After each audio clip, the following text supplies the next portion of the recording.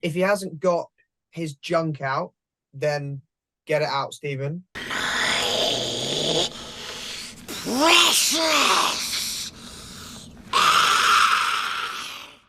Hello, everyone, and welcome to another episode of the Gollum's Gamers podcast. So today we are doing another top 5 episode. This time it is going to be of the top 5 profile changes that we would all like to see in the game. So we're going to get underway. Vince, do you want to let us know your number 5 pick, please?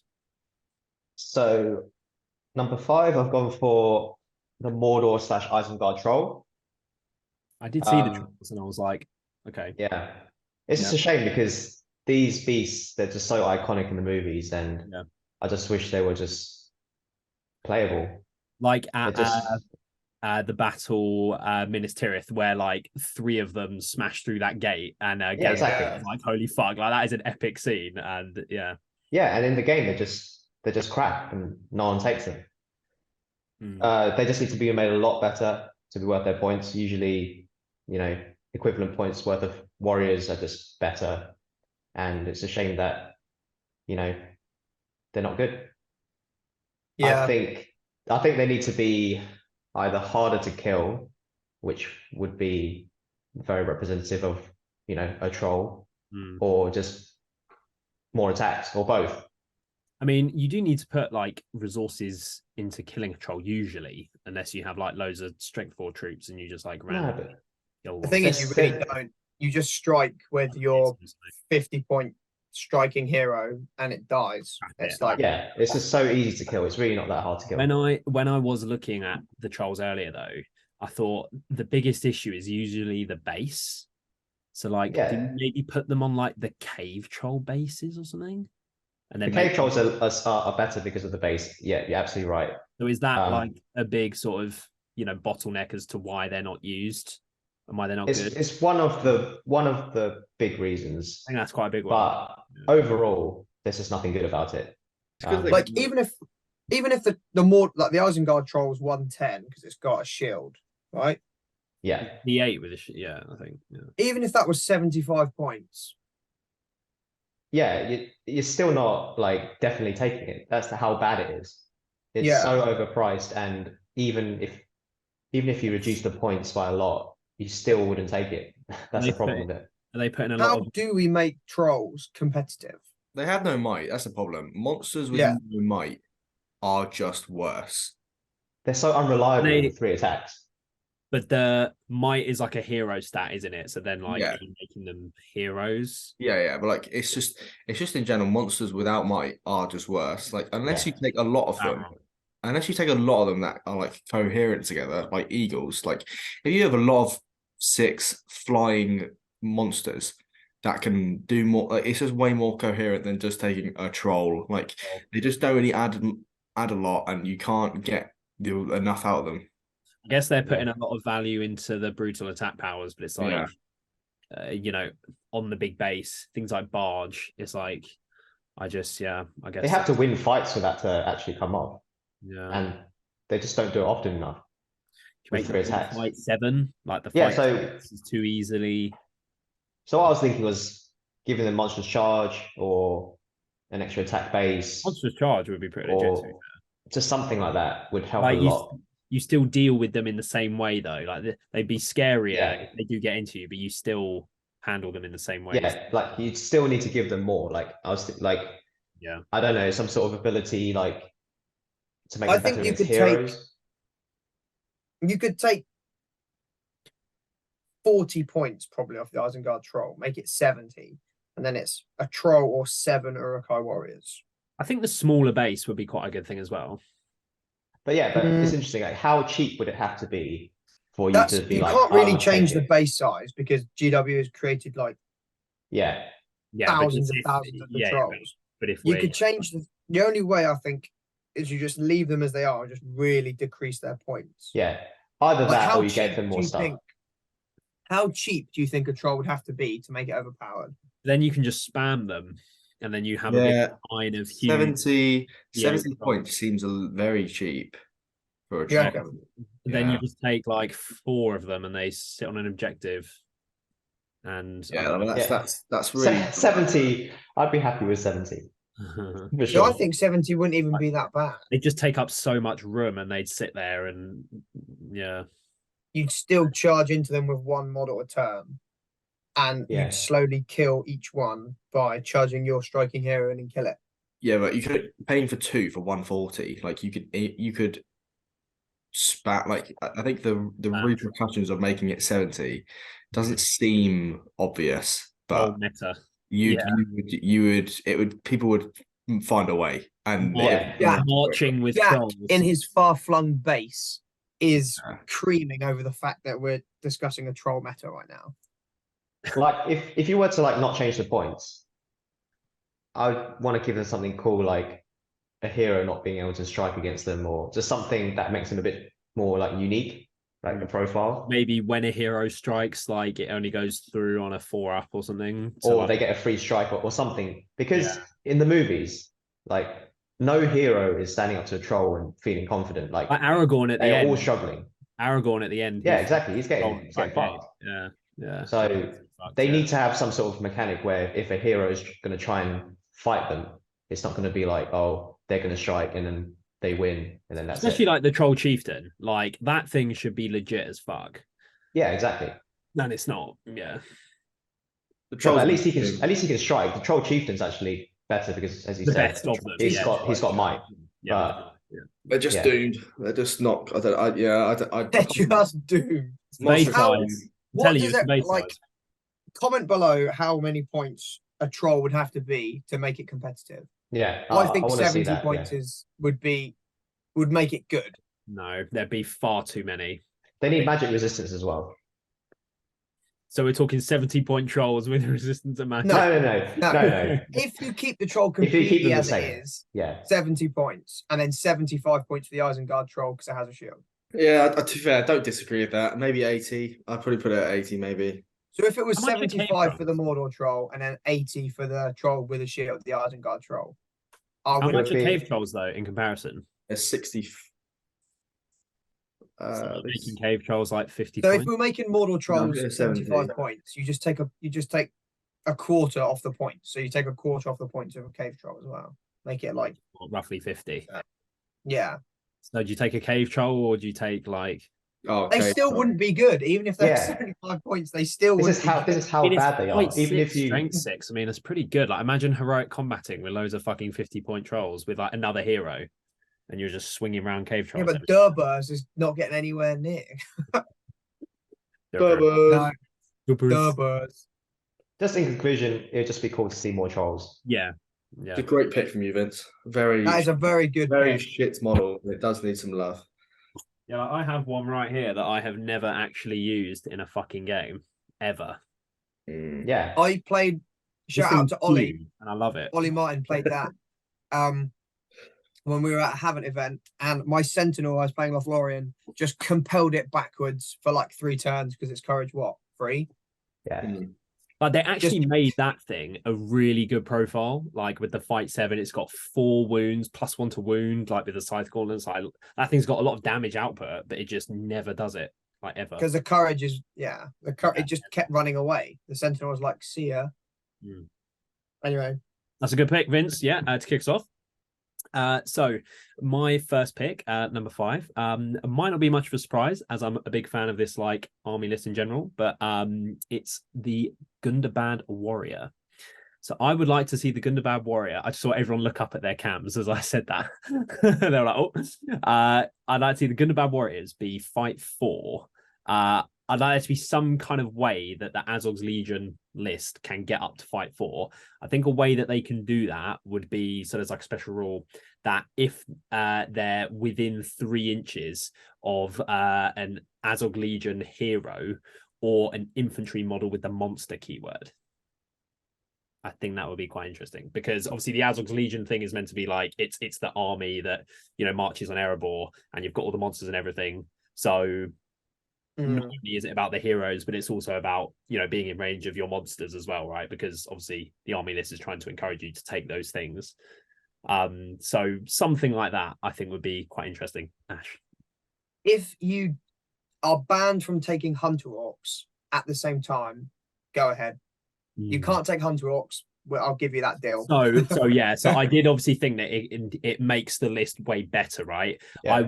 I would happily take away from how good Azog and Bolg are to get some Fight for troops. Personally, I'm not a fan of lists that purely just have like really, really good heroes and then everything else is mostly just like chaff. So like Fight 3, just like not very good. Like Rivendell, for example, it's got amazing heroes, but its troops are also really good. But just the Azog's Legion stuff, like it's all on the heroes. The troops are just pretty naff at Fight 3. So I'd happily make I don't know. worse in order to get like Fight 4 in there somehow. Hunter Orcs are absolutely amazing. And they are good. Like, just looking at Azog's Legion, if it's just I Azog's Legion, synergize quite well with the heroes and the monsters. And yeah, like I'd happily make Bolg fight 6, take away Azog's 3+ wounding on heroes potentially. Like I'd happily sacrifice certain things in order to get that in. Personally, what do people think? Yeah, I mean, good and bad warriors are just a bit bland, aren't they? That's the problem with them. They're like Urukai warriors, but one less fight. Yeah, I just think it's really boring when you just take a big army of troops and they just never really do anything. No, they're just boring. They don't really do. They don't they really just do lose fights different. though. Like I just think that's pretty dead, and you just they need some sort of other extra rule to make them a bit more interesting. Yeah. Yeah, I don't mind it. I don't know if it's the way to go about improving the profile, but it's definitely a route I could see people, wanting. Is there any other way to get Fight 4 in there? Like any other way of doing the rule? That was just one idea that I thought of, but so why do they deserve Fight 4? Yeah, it's because Lake Town is Fight 4. Well, Lake Town is a whole Lake Town still Fight 3. They just get bonuses. Can of worms. But like, why does that troop deserve Fight 4? I just think it's I just think it kind of sucks as an army to just only rely on heroes to win new games a lot of the time. And like having played it quite a lot, usually Azog's Legion all comes down to the heroes. And if you do take the monsters, but they can die very easily as well. So I guess some kind of buff to the troops that relates to the heroes and the monsters could be interesting. From a competitive standpoint, totally makes sense. Like obviously Fight 4 troops and having, survivable troops is better. But I guess from a film standpoint point of view, it doesn't make it. I think that also then as well, like the fact that Bolg is Fight 7 is a bit nuts. So then like making him worse would kind of make sense because he probably shouldn't be that good. So then you can buff something else in the army instead. Like Azog and Bolg are ridiculously good. Yeah, I guess that is just the Azog Legion identity, isn't it? It is. Yeah, I just from playing it, I'm just like I wish the troops did a little bit more, and like Azog and Bolg are a little bit overkill. Yeah, you don't have to sacrifice something else to get that, but I don't really know. I don't know what you would. Yeah, I don't really know how they'd sacrifice it or change about, but I can see that. Yeah, like you could take. Sorry, go on. No, I was going to say what really has to change is the fight value system, because we're just getting a lot of troops that are kind of in the Fight 3 and 4 range. It's just all bunched up, and there's nothing to kind of differentiate them.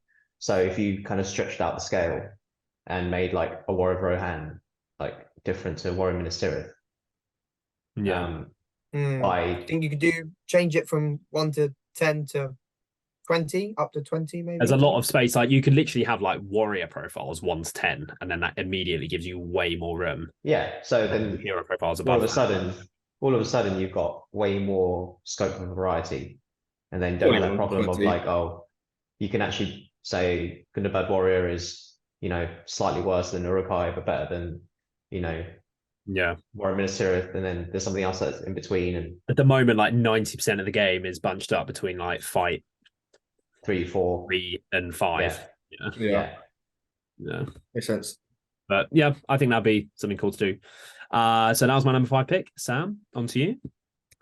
Yeah, I'm just gonna get the one that I am probably most passionate for out of the way first, and Ash has said it previously already.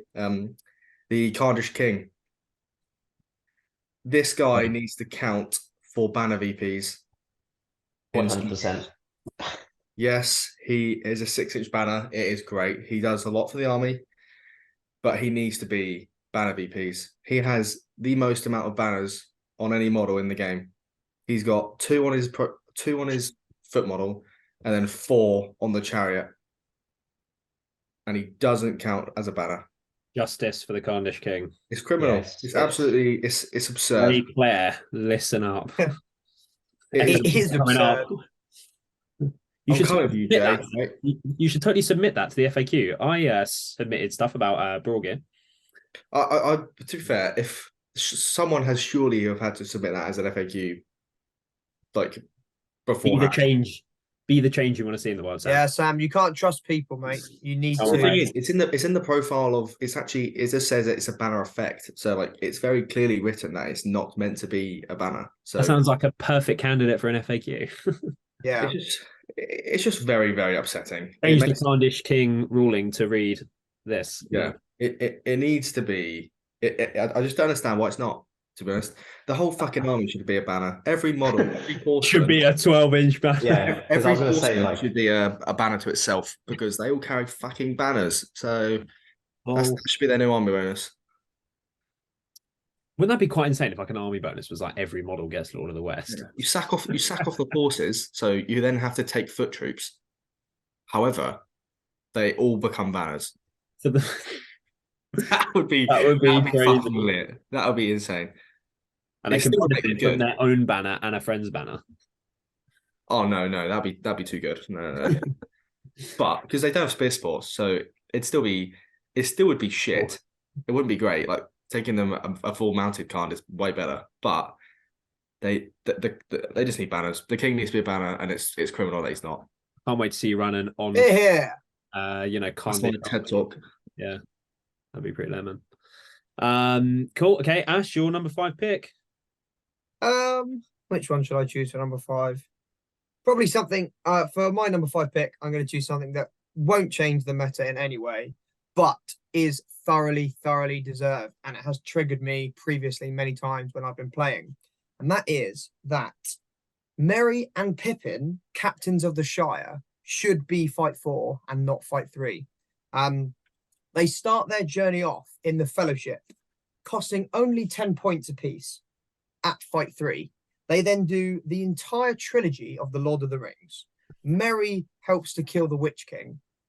Pippin helps to kill the Troll Chieftain. In fact, does kill the Troll Chieftain at the Black Gate. They've done all of that. They come back, and they're still Fight 3. Criminal. Wait, does Pippin kill a troll at the Black Gate? Pippin kills the troll at the Black Gate, yeah. I've got it here. It says it in the scriptures. I'll read it to you, actually. A little bit of story time. The scriptures of the rulebook to prepare for this episode. That is typical. After swearing fealty to Denethor, Pippin is given the title of Guard of the Citadel. Following his brief period of training, even says, following a brief period of training, he trains and doesn't get a fight value buff. Pippin is soon thrust into the battle for Minas Tirith. What was he doing? Fighting orcs atop the wall of the city. Yet it is at the Black Gate where Pippin makes his greatest accomplishment, the slaying of a troll chieftain. You can't slay a troll chieftain and be Fight 3. It's insane. I'm furious. That's pretty deserved. Fair play. Justice. I mean, Merry, captain of the Shire, and Peregrine, captain of the Shire, should be Fight 4. That is some typical research. How many more points are they over their Fellowship counterparts? They're 35 more points. So what else do they gain other than not? They do gain a lot of stuff, to be fair. What do they get? They get heroic strike. At 10 points. At 10 points, they're Fight 3 and have 1 fate point and have a dagger. For 45 points, they're still Fight 3, but they have the ability to go up to D5. They get 2 attacks instead of 1.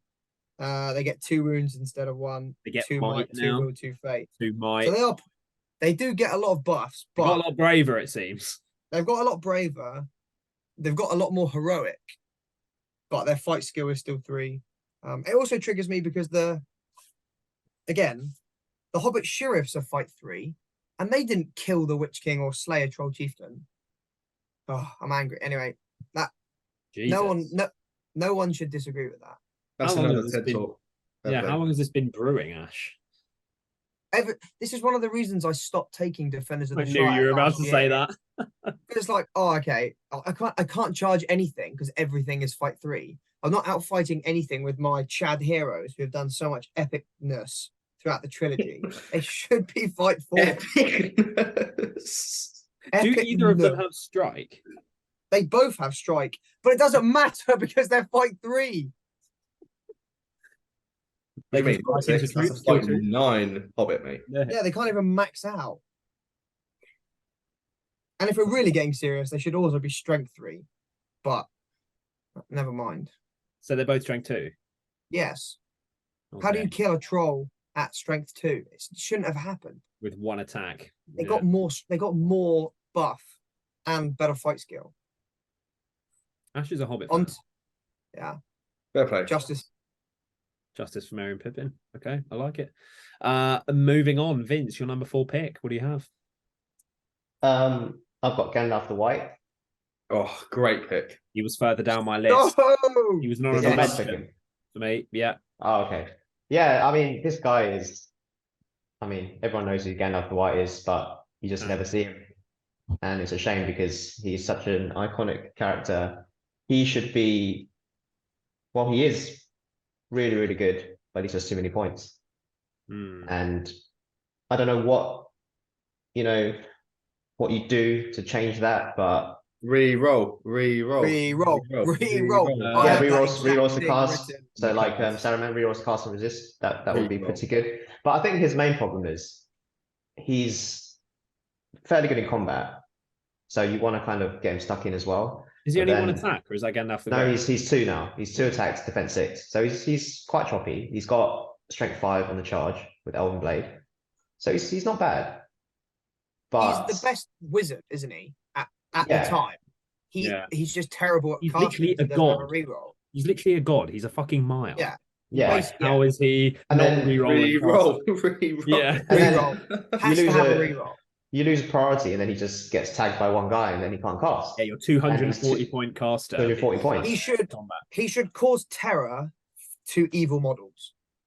All That, evil models. that is really should- good. Yeah, how does he he not should cause cause- terror? But He yeah, should cause that- terror and harbinger to all evil models. Yeah, like he the gonna ring be race, they literally all fly away and shit when they see his blinding light. Yeah, Like, when Gandalf turns up, the orcs. fell beasts fly away. one orc tracker just like autumn tagging you off. Yeah, it's just And shouldn't. like, Lol. just Yeah, Lol. literally. Oh, that's your Gandalf the White. Harbinger and terror against evil models. Gandalf like should for 240 points, he needs to be an absolute monster. Like for 240 points. Is like, he the even most? if even if you let him like I want to get up his cast even in combat, I still think he I So still what think else that do would be you fair. add in? So a Full of reroll for points. casting and resist, like all the other casters have, like Saruman, Galadriel, and stuff. Is he is the most expensive good model. Why does is that right? Galadriel? Yeah, Oh, it might be. Him and Elisar, yeah. But he's way more- Elisar's also. Elisar's only like- 240, yeah. Oh, They're is he- both 240. Oh, sorry. yeah. I thought it was like 200. They're both 240 with their mounts. Yeah. It's Yeah, so Gandalf's- expensive. He should be so much better. He should Does be. Galadriel have like the reroll to resist? Isn't that only to cast? With Galadriel. No, she's got reroll fate the same as yeah, she Gandalf. doesn't have. She just. Oh, sorry, not a reroll to Yeah. cast. Sorry. They get a free roll to cast. Does Gandalf get the free roll to cast now? Yeah, he's got a staff. He has a free roll to, but then the Witch King at 155 points just goes, your staff is broken, and then Gandalf Yeah. becomes just Yeah. terrible. So he should have a reroll to cast And plus resist. a free. Reroll to cast, He has, yeah, he reroll has, to resist, terror to evil models. he just And And a he'd still free not be will that to- good. And, needs- and a free will turn. He just needs the Saruman casting. So he's got the staff, he's got everything like that. He just needs to re-roll one of them. And I like the he does have terrifying aura and stuff, but I like the instant terror to evil. Yeah.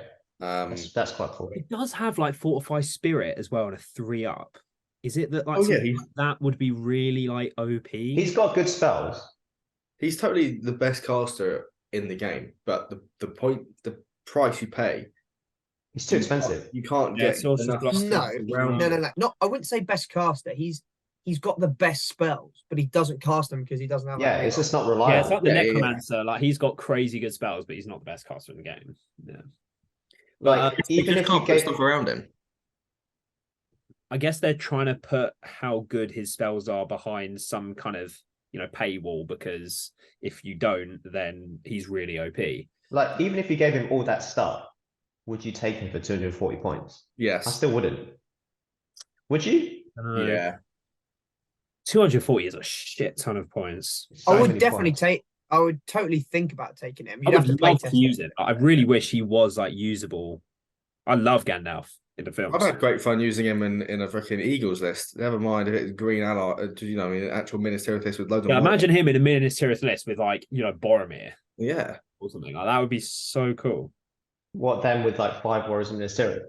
Yeah. Yeah, to be fair. Yeah, because it's too expensive. No, you take Yeah, him I out just think I would personally make his casting not as effective, but still good, and just make him like Saruman level points. Like Saruman has good casting and he has a place, but he's way cheaper. But he's got a reroll. I'd rather he be kind of Saruman tier and you can still take him than But the whole point is that he's better than Saruman. you Yeah, still he's be better like than a better Saruman. caster. Maybe make him like 190. He should be like more expensive than Saruman and better in combat, but not that much more expensive. Yeah, not like 60 points more. How much it is now? That's another hero. Yeah. Yeah. It's a lot. That is a good pick. I had that further down. I think lots of people would probably agree. It's I also had that. one that needs changing. Yeah. Okay, moving on. My next pick. I haven't really done mine in like order too much, but my next pick is Halith. Halith needs to not be 2 wounds, 2 fate, heroic defense. That shit is fucking dumb as shit. I can get Busted. behind this. Yeah, you can. So if when I played Adam, for example, in Contest Champions with his Suladan against my defenders list, it's better for me to put Halith in front of Suladan and heroic defense than it is gambling, and that's Yeah, just he's a tank. that is just dumb because He's you a got. tank. So that just shouldn't be a thing. It just doesn't make sense why children and small models in SPG are so fucking good. Yeah, ignore that man down. Yeah, I mean, I don't think that's pretty. I think that's a unanimous decision that we all agree. It's Fair. just dumb. It's just dumb. Yeah, it's quite a clear cut. Like he's literally in the films for 2 seconds. He's also got like an insane fight value buff rule as well. Yeah. That's really legit and really good. Cheesy kids. Yeah, Haleth is really good. Alex Really, is so really good. Has like 30 points, and But you don't really see him outside Defenders of Helm's Deep, right? I mean, are there any other lists you put him in? Nah, not really. It's still just so dumb. It's so dumb. Like Aragorn fight 7, but like Theoden fight 6. Like Rogar going up to natural fight 5. Like it's just I don't know. It's literally He's a kid cool. is in the film for like 1 second, and that's it. Yeah, so I don't know. I think that's pretty shit. Anyway, moving on. Sam, your next pick. Yeah. Another one that's relatively close to my heart that I've advocated to be changed because of personal experience is the Watcher in the Water.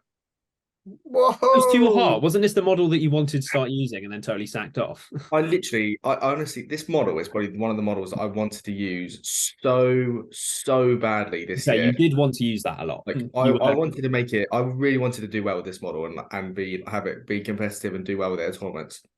But in my practice games, this guy never arrives. It did not go well. He never arrives on the board. I'll be 5 turns in and he's not on the board after I've called it 5 turns ago. I'm 25%ed and he's not there. It's just roll better, bro. this guy. So Sam's got cheesy dice. the thing that needs to happen to him, in my opinion, is either you allow him to spend his 1 might point to come on the board. So even if you roll a 1, he's not coming on the board. You've rolled a 2, and it's really desperate. You can spend his 1 might to come on the board. Or you don't make it, you don't allow him to use his might point, but you change it to a 2. So on a 1, he doesn't come on, and that's it. Like there's nothing you can do about it. But on a 2+, he does. Then that basically means he can all. How many turns are you going to roll a 1 for in a row? Probably not. Yeah, it's the same. It's the same with the 2+. It just I get what you're saying, but at least then it forces you to choose to spend the might. I get what you're saying. It is the same. Yeah. So either one of those. This guy, I just feel like you need to spend the might because you pay 200 points for this sick model that it's nothing like any other model in the game, and you can have a game where you instantly lose because he hasn't arrived, and there's nothing you can do about it. Yeah, it could be something like capture and control, or something where you start right in the middle. Yeah, and you need it there. Yeah, and you do. It's just so dead. It's so jarring. I don't like it. You do need your models on the board in order to win. Usually, you're 200 points down. I mean, you're not having a good time realistically, and especially when you have to build your list around. You can't just drop a watcher in. Oh, I've got a good 600 point list. I'm just going to drop a watcher because funny. Like you build it around the watcher. So when he's not on the board, you don't have a list. You might as well just forfeit. There's no reason that the watcher shouldn't be able to spend his might point on that. Yeah, that's all it needs. Heroes can might up and shit in Maelstrom and recon and stuff to come on. Just GW. Just let him. Just let him spend the might. Humble tentacle boy. Just let him come on. His one precious might has to. That's the thing. It's the fact he's only got one might point. Like you want to do anything but spend that might to come on the board. You literally that's the last thing you want to do. But you should be allowed to do it. It's fucking bullshit. Mario players already suck balls anyway, so we might as well help them out a little bit. Thing is, though, some people never have it happen any other way. Like it always on the board. It comes on first turn every time. But I've used it in probably like 5-6 practice games, and it must have come on the board when I wanted to, like maybe once. And then every other time, it's been at least 3-4 turns. And it's just so dead. It's so dead. So advocate. So you reckon it would be competitive with that change? Oh no, it'd be better. It'd totally be better. It'd be more consistent. It'd be more consistent, and but not necessarily competitive. Must be necessarily better because you still stick around it the same way. It must be pretty shit to be playing a game and you have your watcher sat to the side of the table. It's so dead. Or they should if it doesn't turn up on the first roll, it you get a +1 on the next one or something. Yeah, or that. That's also a good idea. So by turn 3, it is on the board regardless. Yeah. That's. I like that as well. Either one of the options. It just needs something. Vote down below in the comments which option you would like to see the watcher have. It just most upvotes will definitely get. It will be changed in the rules. Yeah, you'll save matters. Anyway, next. Gollum's Gamers community. I'm annoyed. Hashtag love it. Okay, Ash, your next pick. Just because I want to stay annoyed, my next pick is that Braga should not get a 4+ free might point. I think we can all agree the late town. What should he get instead? What should he get instead? Nothing. He should just be a 3 might captain. He's a random fucking. For how cheap a points he is with March. Fair.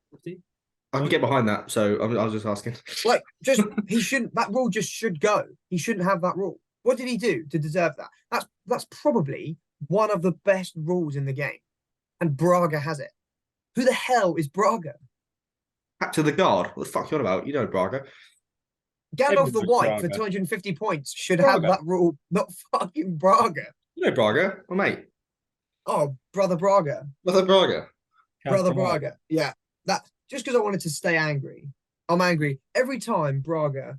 I see. So he's 50 points. Yeah, the fact that he's 50 points, fight 4, strength 4, D5, and he can go up to fight 5 with the master's special rule and defense. But he's still a fight and 3 might. Yeah, so even that profile is good. But then he has March, defense, and the rule for the free heroic. I don't think he needs any of that, and he's still decent. Go up to fight 5, sure. But go crazy. Let him have that fight 5 rule. 50 point hero to get to fight 5. still incredibly good Even give him with the March, 3 might and the defense. but you give and the him March.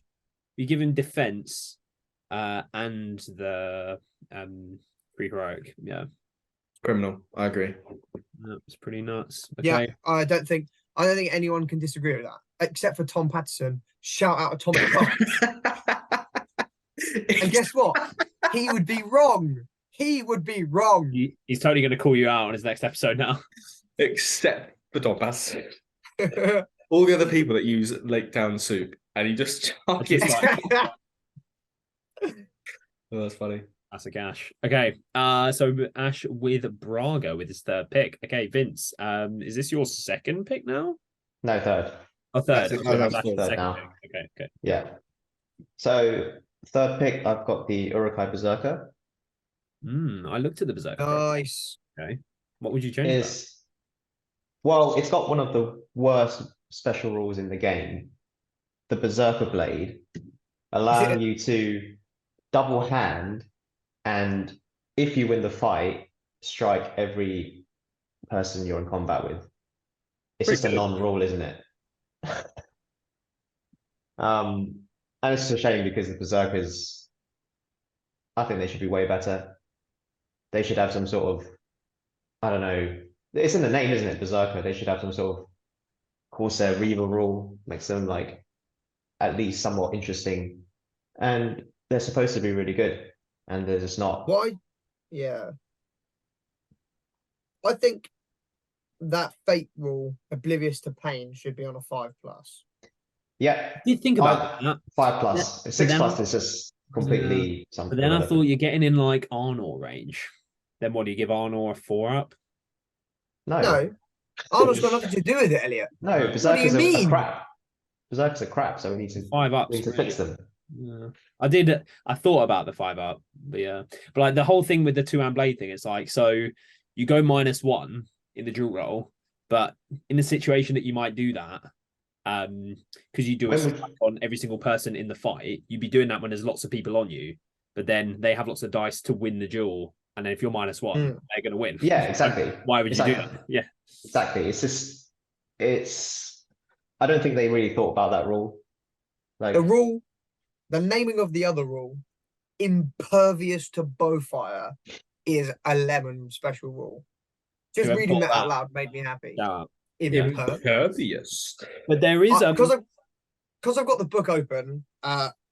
If we take a look at the profile below, for all the listeners who are clearly following along with their rules manuals out, the Feral Urukai beneath is a profile that no one has ever taken, ever.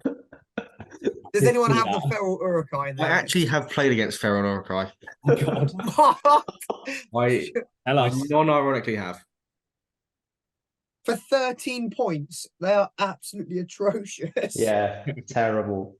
It's just like a Hunter Orc, but with 1 higher fight value, 2 higher courage, for what, an additional 5 points. You can almost get another. Well, no, it's got the 6-up save. Oh, again, wow. To make that 5-up like save, you get once and it's a still game. not any good. Yeah. I'd want Berserkers to have 2 wounds, I think. I think that would make them really good. That would be pretty cool, because they are pretty tanky, like the fact that Legolas shoots to fuck. Exactly. Yeah. He's been shot like 3 times in the neck. Yeah. And he's still running. Like, come on. These guys need to be tough. Yeah. I think also just give him 2 wounds. That's a great solution. Yeah. And they're still not cheap. So 15 yes, points. they become better, but yeah, they're not cheap. They're not cheap. I guess they do become very good for 2 wounds. But you maybe give them 2 wounds and make them courage 6 instead of 7, because then if you run into Harbinger, they're courage 5, can fail on that. Fine, I'll take it. I'll take it. Yeah. Fair exchange is no robbery, eh? Yeah. But as they are, they're not worth it. Yeah. But they've thought of the rule with the thing where you attack everyone in the fight, because there is a specific scene at Helm's Deep where one swings it. Yeah, that's fine. Maybe just where 3 elves roll 111 and he manages to actually get the rule off. Yeah. Just change it that you don't have to double hand. Then it's okay. Then fine. It's yeah. But to be fair, then that's a unique rule that's actually really good. Yeah, but now you just never use it. Like, you're never going to double handed if you're surrounded. And that would actually that actually would pay off as well, because the fact they're courage 7 means in scenarios like domination, they're probably on their own on an objective.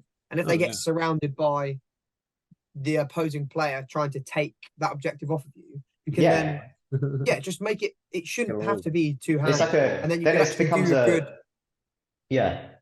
Becomes a decision whether you surround him, just like Sauron, right? Or Yeah. And think like those rules as well, like the special rules in profiles are ultimately what like they pay part of their points for. Yeah. So if you're paying more points for a rule that isn't being used, it's like that's what puts into this video. Yeah. So yeah, I like it. It's a good pick. Yeah. Okay, my next pick. I am going with a profile I would just like to see a little bit more, and it's the Easterling Dragon Knight. Now, it isn't that I think it's a bad profile. I just think it has some very big weaknesses, and I really like kind of the on foot 3 attack hero, and I think it feels a nice, like, it's quite cheap. I think it feels a nice role in the Easterling list, who are meant to be like really, they're trained in combat and they're like really, really good in combat, but they're just so easy to deal with that you don't really see them that much. And are you referring to a recent GBHL 100 winner? The fact that they've won 100 means that this is invalid. You're just not using. It's also in the Easterling Legion. I'm not only talking about the host of Dragon Emperor Legion. I do disagree though, Elliot. I just think, for example, I don't think they need like a buff. I just like, for example, I'd totally take away certain things to add in certain things. So like, what's the change that you would like to? What about them would you like to see changed? So like, let's say you make them so the fact they've got no will and no fate are essentially the really bad things, I think. So you make them 2/1/1, and then you drop certain things to pay for that. So things like blood and glory, like that's a cool rule. I like that. I think I would rather have them be more playable overall than have like a special rule that maybe is quite niche. Like I get that you can have good return from it, but I think it is ultimately still quite a niche thing that I usually think of things over 6 games, and like, you might not always get return from that, but I'd rather get to take a Dragon Knight and have fun with it. I saw Gorolf, for example. Gorolf is 70 points, and he's 3/1/1, strength 5, and a 3 correct defense every turn for 70 points. So I'd happily like increase the points for a Dragon Knight to give it 2/1/1, and you take away blood and glory, and you're still not as good as Gorolf. I don't think that's really OP. I don't really think there's anything wrong with Dragon Knights. I know. It isn't there's anything like wrong with it. I like the profile. I think the models look quite cool. And the fact that they're 2 might, 0 will, 0 fate, they can just be very easily dealt with. And it's like you invest in the points to take one, and then they just don't do anything. I guess that makes them different, right? There's a potential they don't do anything. It makes them different, but it can also make them kind of suck balls, which isn't very fun. Like most of the time, they're fight 5, strength 4, D6, 3 attacks for 65 points. Yeah, they're not that expensive. No, yes. So like, let's say you add in a will point and a fate point. I'd happily take away things like blood and glory, and even bump them up in points. I think like the blood and glory is like their identity though. Like the whole point is they kill heroes. Like they have strike, they go in on their armored horse, and they just like kamikaze into a hero. Where they kill it, great, they've done their job. If not, they've taken might off their hero. Do you know what I mean? I like the blood and glory. Yeah, but I then think that's the whole aspect of them. Then you're spending a lot of points to basically just go in and hope you kill something. If you don't, it's just 70 points gone. Or you can also just kill troops. You can also just but I think the weaknesses personally are just like, I think it turns a lot of people off of taking them, and I guess I would like them to be in a position where more people take them. And I think the reason that I don't think they're in a bad position currently. I just think the fact that the stuff around them is better, so they just were they really taken before like the Emperor? I don't really know. Yeah, if you had an Easterling list, you'd either take take a War Priest. You either take the Felbeast dude. Come on. Kamal, or you would take Amdur as your leader, and then you'd be taking a war priest on horse, probably, and then a dragon knight. You start with spamming dragon knights because then you take your drummer, and then what other heroes do you have to play with? Yeah, I guess the Eastern list has now changed a fair amount. Yeah. Yeah. So when you add Musabi and Brorgir, they're such good profiles that they just fall down the pecking order. I don't think they've changed. I think they're fairly well costed. I quite Yeah, I don't think they're in a bad place. I just personally I would like to see a will and a fate. And I'm like, well, how can they put that in? And I think there's certain things you can maybe strip away. Maybe you keep the blood and glory and you take away strike. I don't know. Like, but then obviously you're maybe not that likely to kill them. But you go after smaller heroes. I like the riskiness of them. Yeah, no fate because they are a very unique profile. Yeah, I just looking at the game at Luke's where like Ali was Ash was just like sending Ali's Dragon Knight just to the back of the board. Like that just doesn't look very fun if you spend the points on that and it's just doing nothing, or it just dies to shooting. It's like, no. What you pay in it? I don't know. Or to Leggy or someone like that just kind of sucks balls. Fair enough. In my opinion. Yeah. I don't think it would be make much difference if you gave it a will and a fate point. I don't think that would be. I think it just gives you a bit more. You don't feel for 65 points. For 65 points, give it a will and a fate point. Like, I wouldn't think that makes it massively, massively good. Definitely be better. It'd be better, yeah. Which is why I'm like, I would happily take away other things from the profile or increase the points in order to fit that in. Because I think that would make it a lot more, not pleasant, but just like you wouldn't feel as like pleasant. Yes. Like that gives you the opportunity to then like. Usually, a Dragon Knight can only spend its might on a strike or a move or a combat, and then if you give it a fate point, it's then instantly you have the ability to bump up fate with the might. So it just gives it way more utility instantly. So I just think spending like points on something like a lot of points on something that can just very easily die just doesn't really feel very good in general. That's fair enough. Yeah. But yeah, okay, that's my next pick, my number 3 pick. Sam, on to you. Yeah. I'm gonna go for a rogue, not a rogue one, but one that is a good profile, but there's one aspect which I'd like to see changed, and that is Dalamir. So the one part of Dalamir I'd like to see changed is his smoke bombs. Oh. Because they are a really cool throwing weapon.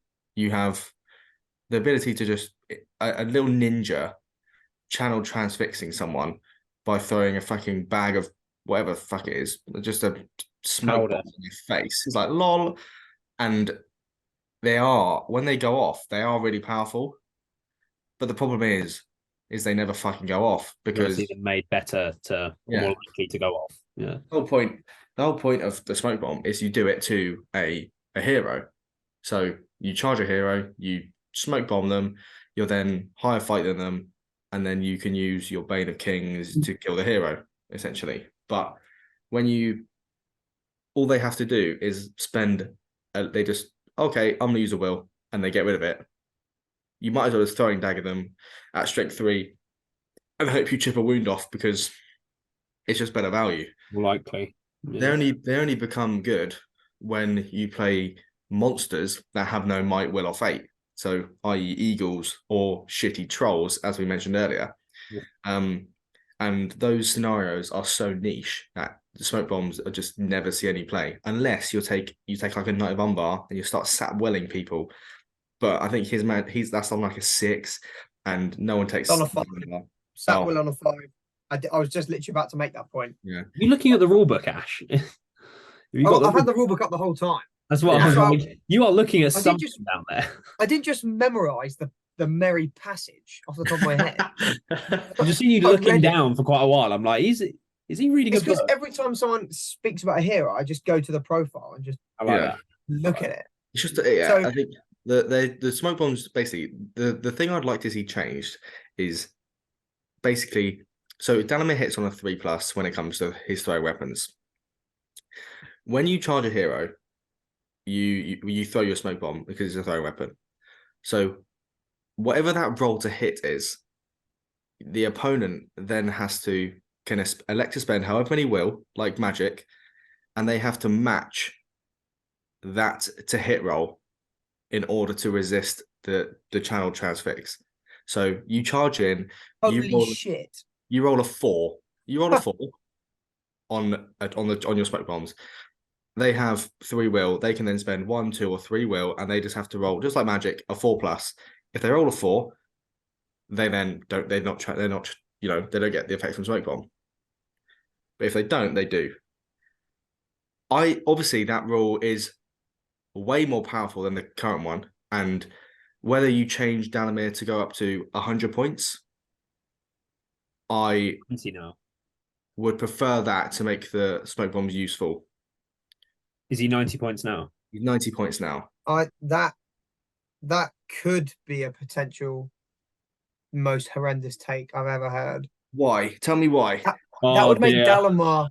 That would make Dalamar so good. Why? You basically allow him to have a channeled transfix, just magical power, every single turn. No, that the opponent hit. then has to resist. No, because he might not hit. You might lose your smoke hit. bombs. You might kick him. He's only D4. You might kill him. So if you don't hit, he loses it. If you roll a 1, he loses it. Well, okay, maybe you make that on like a 2. If you roll a 1, he loses it. If you roll a 2, it doesn't hit, and then a 3, it hits. But maybe you make it. You hit on a 4, and if you roll a 1 or a 2, you lose it. They need to interact more. Yeah, I think if it hits on a 3 and you only lose it on a 1, the whole point is good. You do on a hero, and they just don't do any effect. Just making it so like you could charge in, roll a 3, and they just spend 1 will, and it's literally the same thing as you would do previously. But you charge in and you roll a 6 when you're a hit roll. That he's way more powerful, and yeah, I agree. You then need to bump up his points level, but he's still only got. You can only really do this against a hero for 2 months. Yeah. Because he's got strike twice, and usually he's your leader because he's hero legend. Whether you're taking him in normal Corsairs or a Sullivan list, so Serpent Horde. But so you only have 2 points of might to strike with after you've done this. And after that, you're just a D4 dude. Can you use resistant to magic against this? Yeah, sure. Yeah, surely. You can use. You basically just make it be.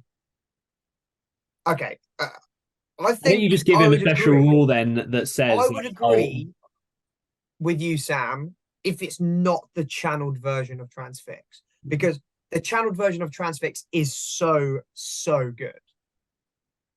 Half your fight value, half your attacks. You basically become your heroes just literally become terrible.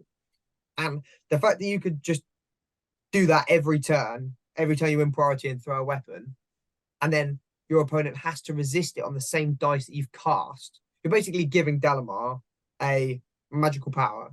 Hold on, doesn't Thranduil... That doesn't cost will to cast. See, I think you're thinking it's better than it is. Because you still have to get into a position to charge that hero over and over again. And yeah, because it's short range, isn't it? And the hero can move away. But if someone's on a horse, Dalamir doesn't have a horse. You move 10 inches away, and you just run away from him the whole game. If he's trying to get to a hero so bad, he's not going to do a lot. He's not going to do it. You know, Thranduil, right? So isn't his casting in the rule? It says like once per game he can cast this, and it automatically counts as being cast on a 6. Yeah. Why don't you just have it where he has the rule like that? Do it once. And he can do it once. So going into the game, he can do this one time and you can plan around it, but it's not like you can do it every turn or something. You can't make. Yeah, I guess you lose the throw weapon aspect of it, and then that's the thing. Yeah. The whole point is that you don't just have one smoke bomb. You have he has many smoke bombs. But it could just be like he has a smoke bomb. Little pouch. Yeah, but it could just be like he has a smoke bomb special rule, and it's like smoke bombs once per game. He throws a smoke bomb at someone, which automatically counts as this being cast on them. That could be a way around it. Make him 100 points, 110 points. But I just think the smoke bomb rule needs to be it just needs more. You need to see it more. I think And- you might have to. I think if you want to use the smoke bomb special rule, you just have to build your list around doing that slightly more by But then taking when the you night do longer. it, so it's not worth it. Yeah, Because you're But chucking your making it- leader, you're chucking your leader into that hero. And you have to get your What if leader it into that was- hero. what if it was you changed it to fate or maybe even might? You have to spend a might point or a fate point to stop the effect going off. Then you'd still have to increase the points of it because that's I ridiculous. don't might, yes. And Fate. No, I think fate would be better You charge because a that's a one more fate. valuable resource. You charge a one fate hero. Yeah. You charge a Yeah. captain. They spend their fate,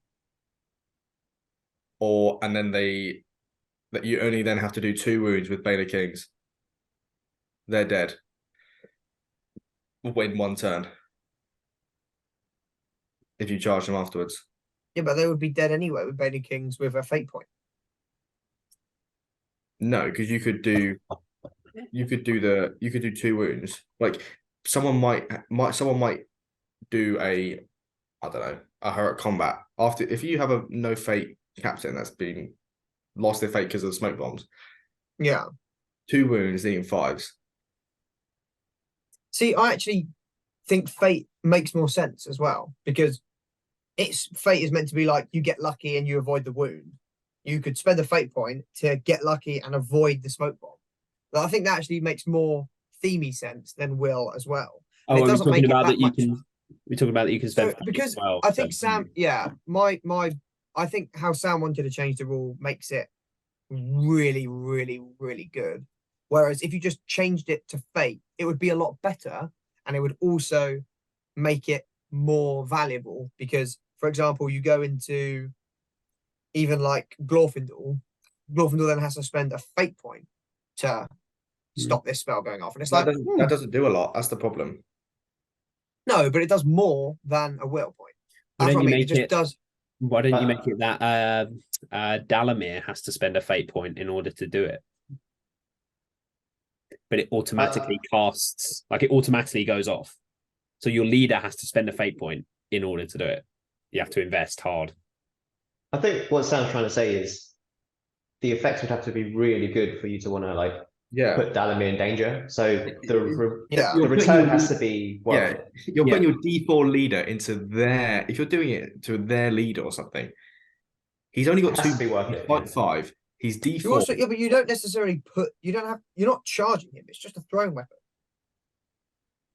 Yeah, but All then you have to do is what they against? Are they against a chaff warrior that they're probably gonna be higher fight anyway when they're channel transfixed against. Yeah. So what's the difference? No, if you're It's not really channel that bad. transfixed, if you're channel transfixed, you're going to be below a fight 4 Corsair every time, unless you're fight 8. So every single hero in the game, except for Bjorn, would be the lower fight. No, you could be fight 7 because it rounds up. No, it rounds That down. runs down. No. It does, I'm pretty sure. Bat Swarms round down. Bat Swarm's the only thing that round down, I'm pretty sure. Oh, is it? I think channel transfixed rounds down. We'll confirm. Let's have a quick check. No, Pretty sure Bat Swarms is the only I thing. don't think you have to put Dalamar or Dalamir in that much danger. You just have to be within 6 inches and throw a weapon. But then he is not killing anything. Who do we think is right and wrong on the transfix thing? I know, I think I'm right. Ash? Well, obviously, I think I'm right. Sam is correct. Bat Swarm's the only thing that round down. I thought they all rounded down. No, everything else rounds up. Interesting. I did not know that. So, okay, so if you're any fight 6 hero would be lower fight than a Corsair, which is still very good. The number of fight 7 heroes in the game are very, very, very few. Yeah, but then, okay, but you're forgetting that spear supports also. You can spear support this hero.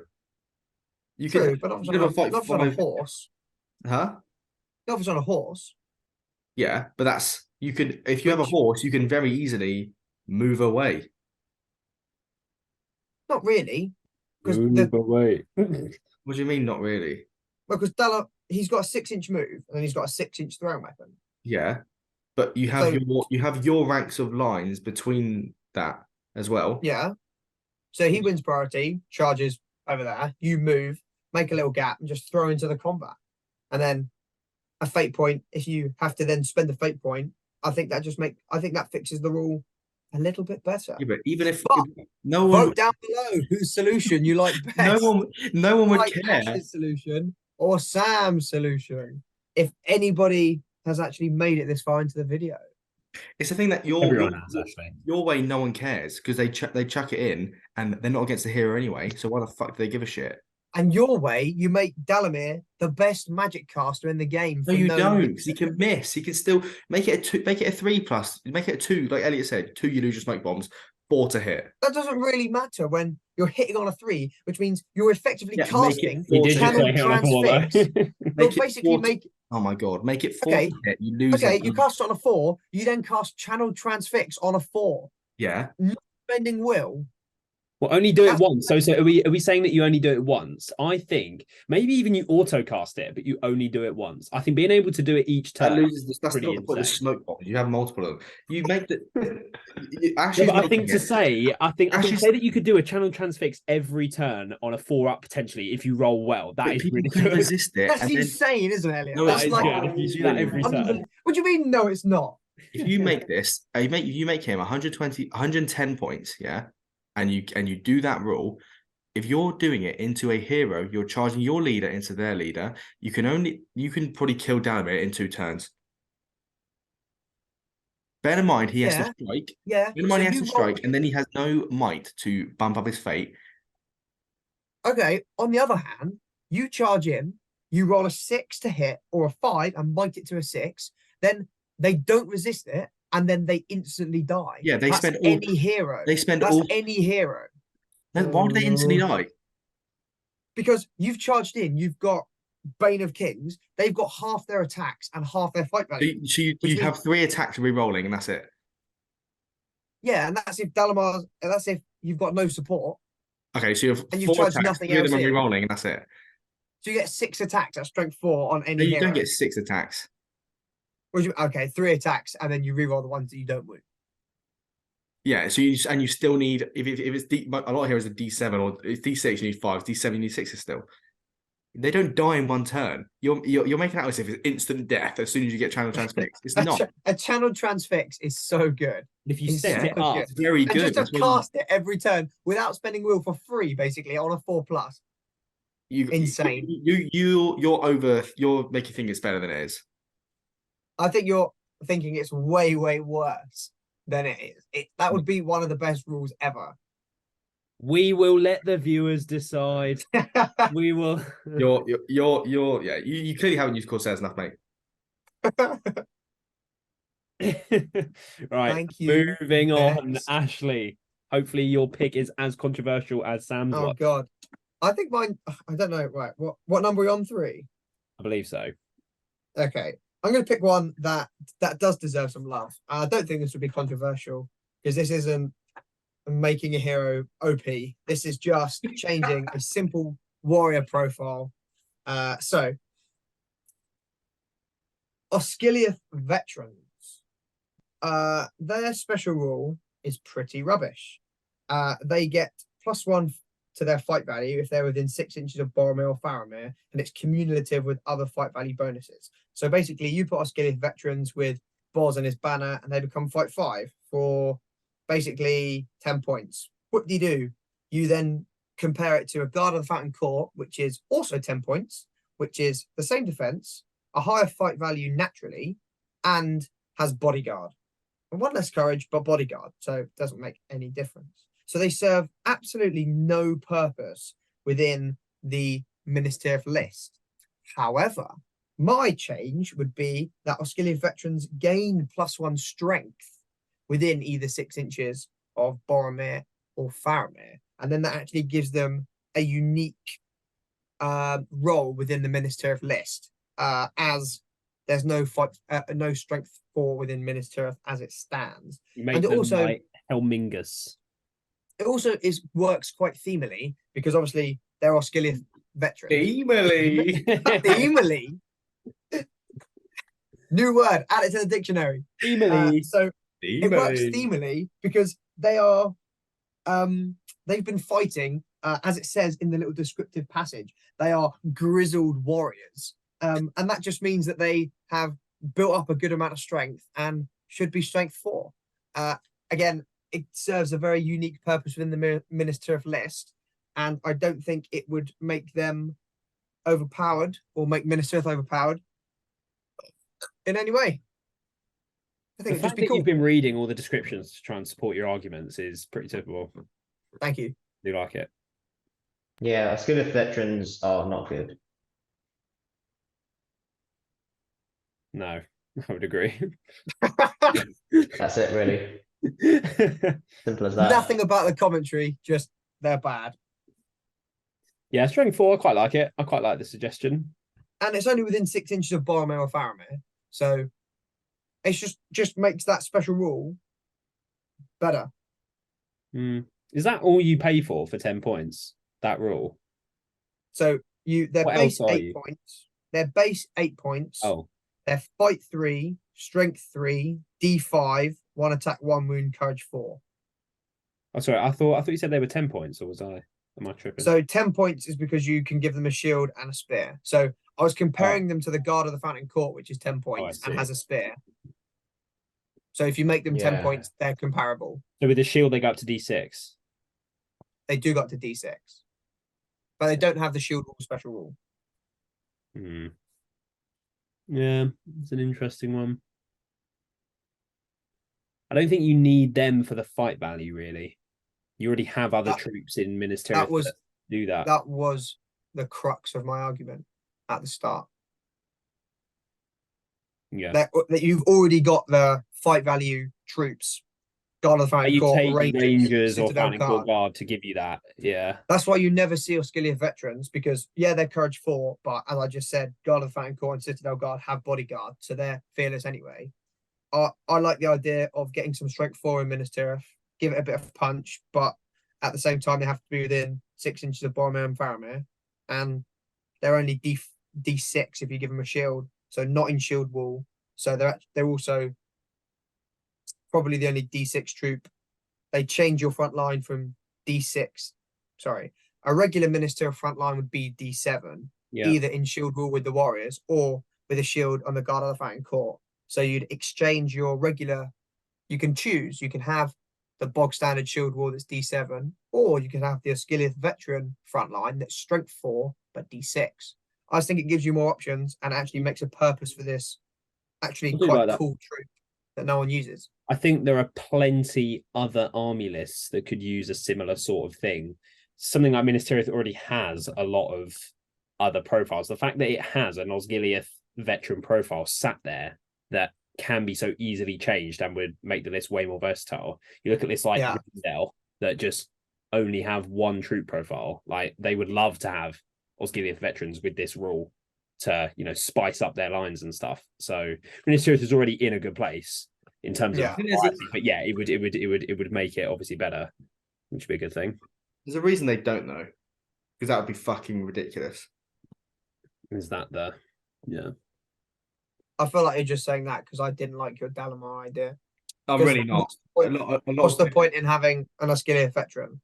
I mean, so the strength that, but 4 D6. Why give them strength 4? Like, yeah, like the fact that you said so that you can have either the strength 4 D6 or the strength 3 D7 with the Minas Tirith front line. Would you just see? You can literally you can put Guard of Fountain Court in front. Osgiliath veterans with spears behind. Yeah, and you're then D7, fight 5, strength 4. That then becomes That's a good point. That then you could totally do that. really good, and I don't think it needs that. Maybe that's. I just think it gives a purpose to the Osgiliath veteran troop.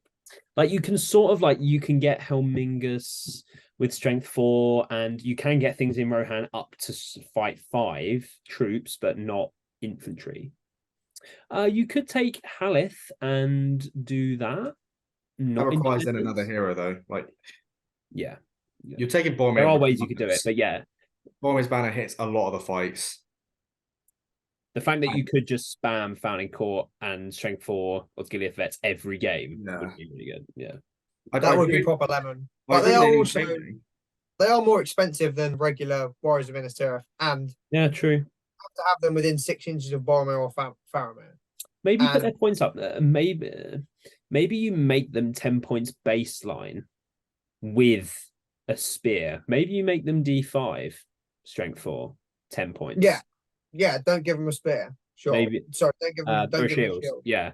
So make them D5, you contribute the Strength 4, but you're weaker.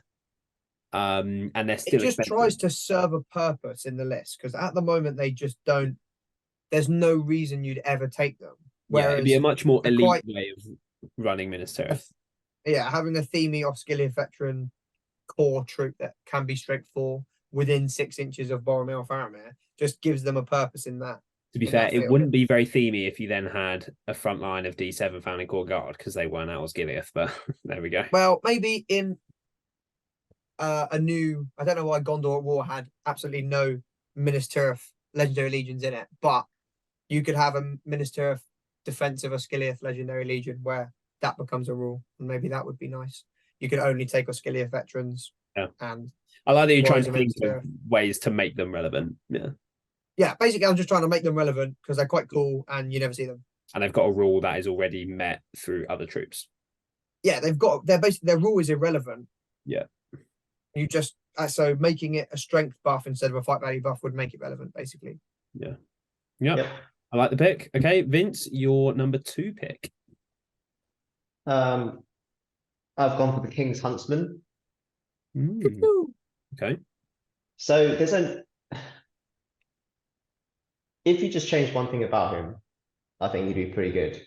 And that's if you could shoot into combat like Legolas.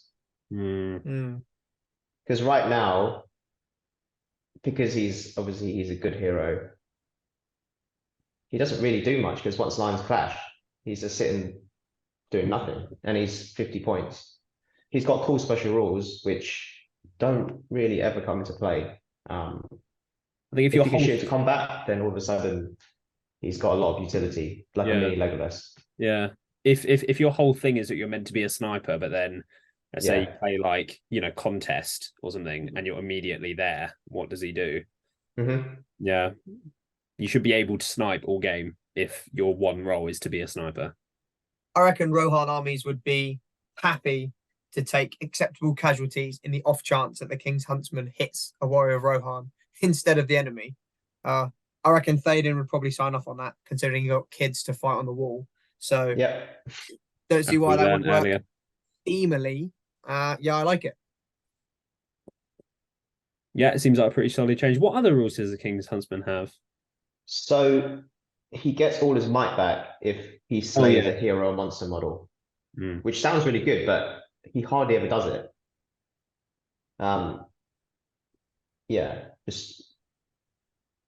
He also only fails in the way rolls on a 1. Oh yeah, that's what's really good. So it's almost like Legolas, but not as good. Yeah, so like he's very, very unlikely to hit a good model, which means like I feel like they should let him try to shoot into combat. Yeah, I reckon if they allow him to shoot into combat, I think it'd be fine. You could consider him. I think that's a lot of people. I think that's like the universal fix for this guy. I think a lot of people think he should do better. And is he like 35 points? No, 50. 50? I don't know where I got that from. Okay. Yeah, that's a lot of points for something that might do nothing. Yeah. 50 points for a basic Rohan Archer, basically. It should probably be 35 points for what it is now. The special rule says, Master Archer, such is the skill of these huntsmen that they can hit a target no matter how obscure it may be. Apparently not. What does that say? And then they decided to not let him do that. Yeah. What's going on have here? 1 might point? 2. 2? 2. So that's pretty good. Yeah. So if you've got a hero with like 1 wound and no fate, you can use a 2 might and kill him. and then get your 2 might back. But It's only strength 2. I don't but think yeah, that's yeah, it's really good. no, it's a longbow. Longbow, yeah, straight 3. Yeah. Yeah. So he's got So the sniper tools, but so just he's like the- yeah, exactly. He's like Legolas, but just way worse. Shit Legolas. Yeah. shit leggy, budget It's like leggy. yeah.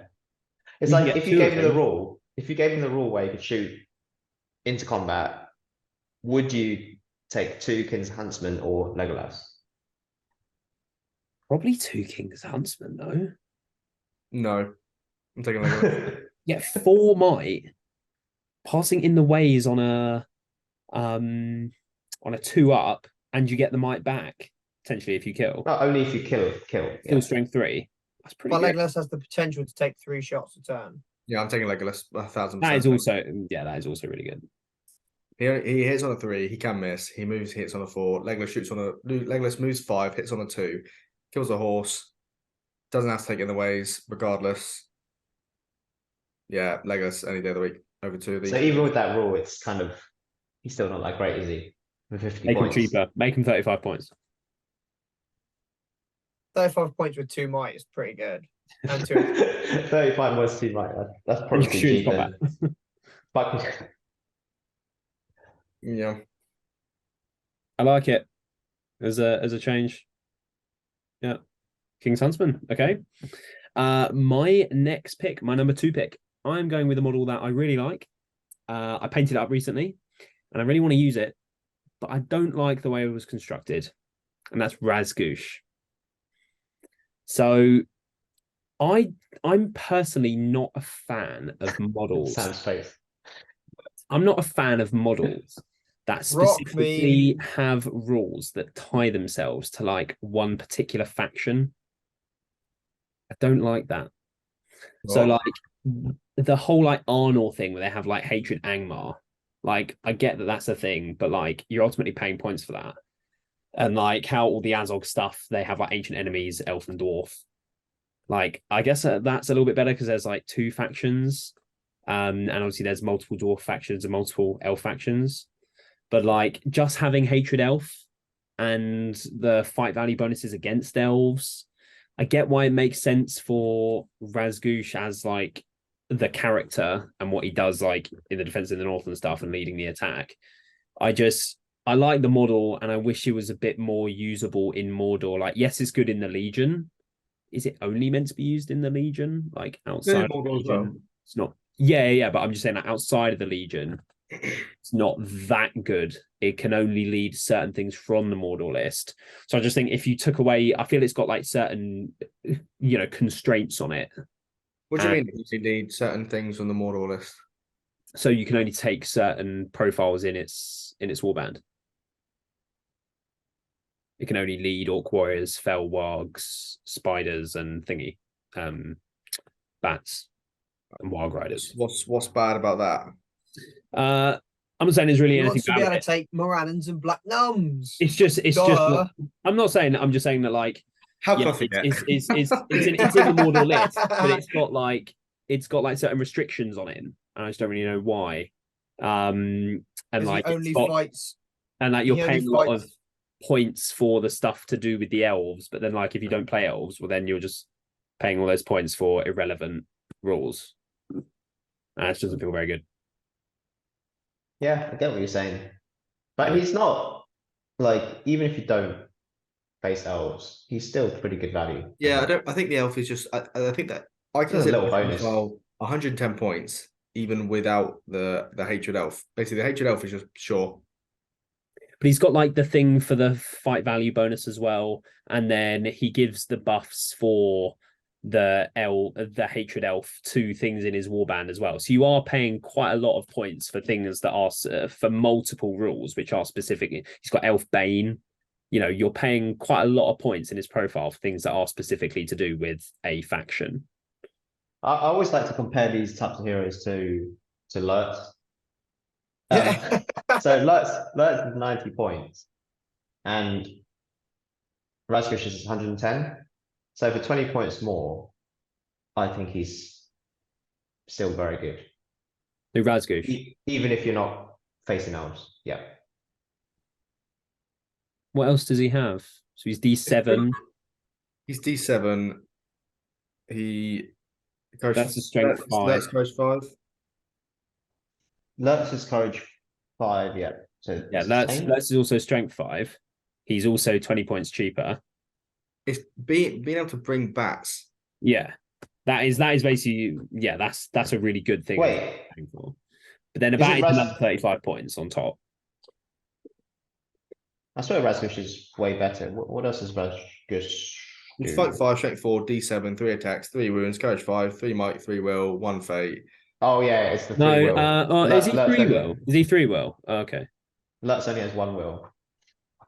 Yeah, he's 3 will. Giving your whole army hatred elf is pretty good. I say, like, I think within the Fell Beings Legion, I think he like it's fine. It's a legion that is like specifically about one particular moment, and they've built rules around that. Like, I think it'd be good if those things were additions for the Legendary Legion and not baked into the profile, because then it makes his profile purely about like that particular moment, when isn't that what the Legendary Legion is meant to do? The Legion's rules doesn't do anything. The only thing a Legion's rules does is allow the Spider Queen to take models like orcs with her, and it also gives them woodland creature. That's what I'm saying. Yeah. So you could take those things that are specifically to do with the elves, that are to do with the whole point of the Legion, and just put them into the Legion rules, take them out of Razgush's profile. And What then, do you have? you know, I don't know. I don't like the fact that those things are specifically like there is a large amount of his profile that is specifically to do with playing elves, and you could take those things away and give him whatever else. I don't know. Make him Yeah, fine. or something. I don't know. Yeah, I'll take that back. I mean, without the elf stuff, he's not that much better than Lurks. Make him cheaper For 20 points. Make him 100 points strength 5. I don't know, with an axe. I always thought it was better than that. Yeah, like he gives you access to the bats and stuff, but like there's a reason you don't really see him taken in Mordor outside of the Legion. Like, I wanted to start taking him, and then I'm writing lists, and it doesn't really make sense with much else of Mordor as well, because he can only take. You can take him at higher points, and he is good. You can take it. That's 800. Shagrat is probably way better. But then, like, if you're paying a lot of points for him, then why don't you take Shagrat, and then you're not? Yeah. So like Shagrat. you can take a bat. That is really good. Like, if you're taking a Witch King as well, like, you know, compelling with a bat and stuff is good. But then you're paying another 35 points for a bat, so it's like 145 point investment for Razgush. So I know Jay ran a list that it won an event that had Razgush and it was like Razgush, 2 bats, Musgu, and loads of, like, you had like 50 models, orc, just Mordor spam, and he won an event with it. Yeah, I'm not saying there's not a way that you can do okay with him. I guess I'd like to see him just played a bit more outside of the Legion, and I just think maybe it's the stabilizers they've got on him with all the elf rules and stuff, or the, you know, restraints, is maybe why that is. I think access to the bats is why you take him, right? Yeah. Because then he's a shit ton of points for, you know, you do get a bat, which is obviously really good, but yeah. I don't mind him. I quite like the profile. I don't mind him, but I can see what you mean. Yeah, I like the profile. I really like the profile. I like the Legion as well. I might run the Legion at some point. I just in general, rules which like tie you to a faction. It's like, well, then if you don't play that faction in 90% of your games, then you're just like, oh, Fair enough. I don't really like that personally. Yeah. Anyway, moving on. Sam, your next pick. Yes. I don't actually know which pick to go for next. Is someone here going to say Saladin? Yeah. Okay, I won't say that again because I like Vince have his glory. I'm actually I going can to pick something else. You take another. No. I'm going to go for a person that I haven't used yet, but I do totally own. But I just don't really see a place for him. Person. And that is Bane, son of Bob. Oh dear. I just One don't of the only kids to not be OP. Yeah. Well, it's not that he's just very, very lackluster. Now, Sam, be careful how you phrase this statement. Yeah. So the thing is with Bane, the problem I have with him is so you have heroes like Hilda Bianca, and that hero brings 12 models. Bane only brings, he's a minor hero. He can only bring 6 dudes. And you're paying 10 points more than Hilda, and he just doesn't bring enough. He brings 6 warriors with a faction that you need to bring a lot of warriors for. And the investment you pay for him is just I don't ever see why you take him. So I think you either make him, because he does go to Courage 5 like Hilda, but Hilda's Courage 5 base. Is he the only kid in SBG who isn't OP? I'm not trying to trap you. No, maybe. He totally might be. I don't know what other kids there are in SBG, to be honest. Yeah. But there are, but like they're all OP.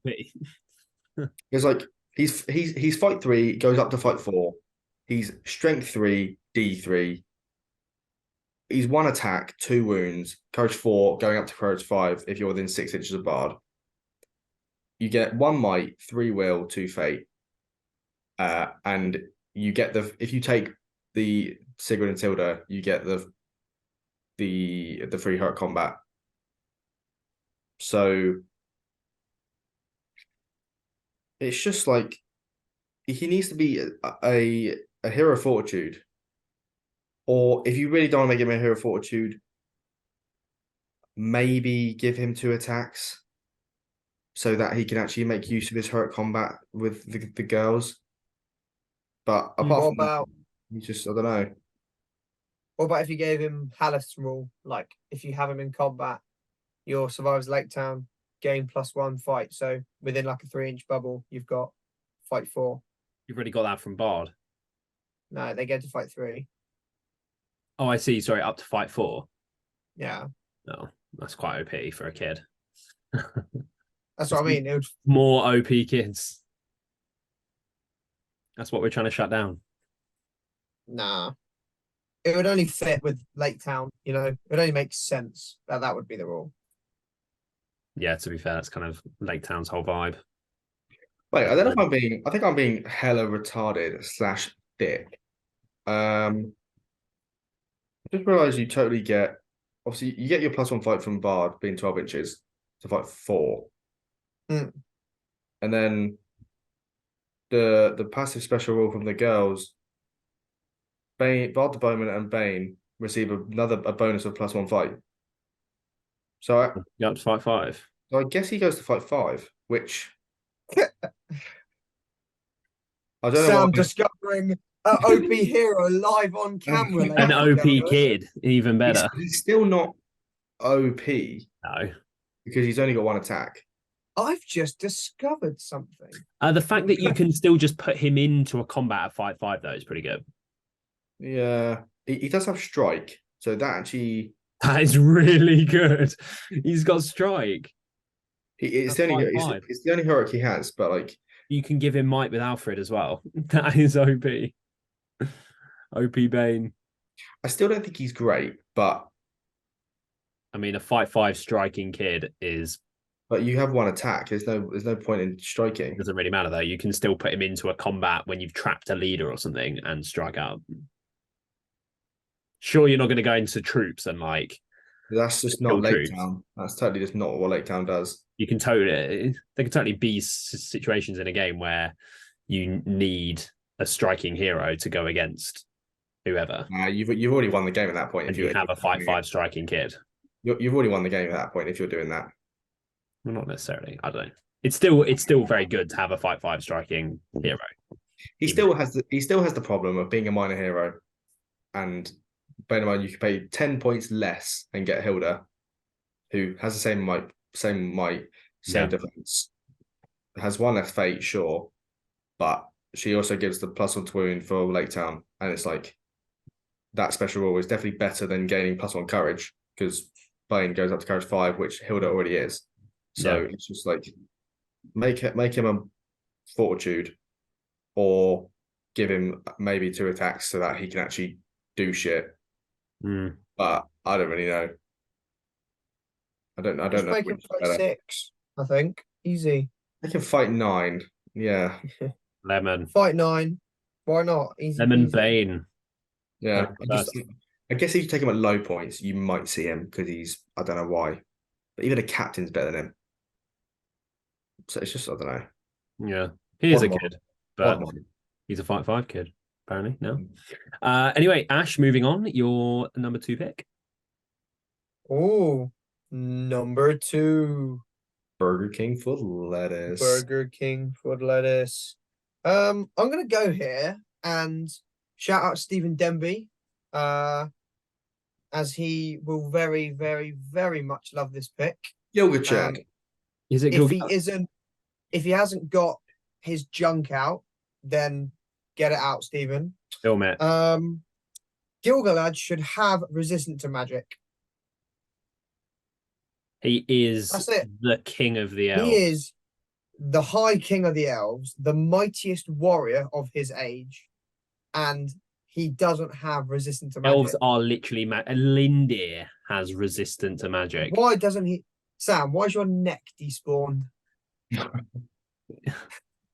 It left the game. Do you not agree? I don't know. I'm like conflicted right now. It He's makes 100 sense.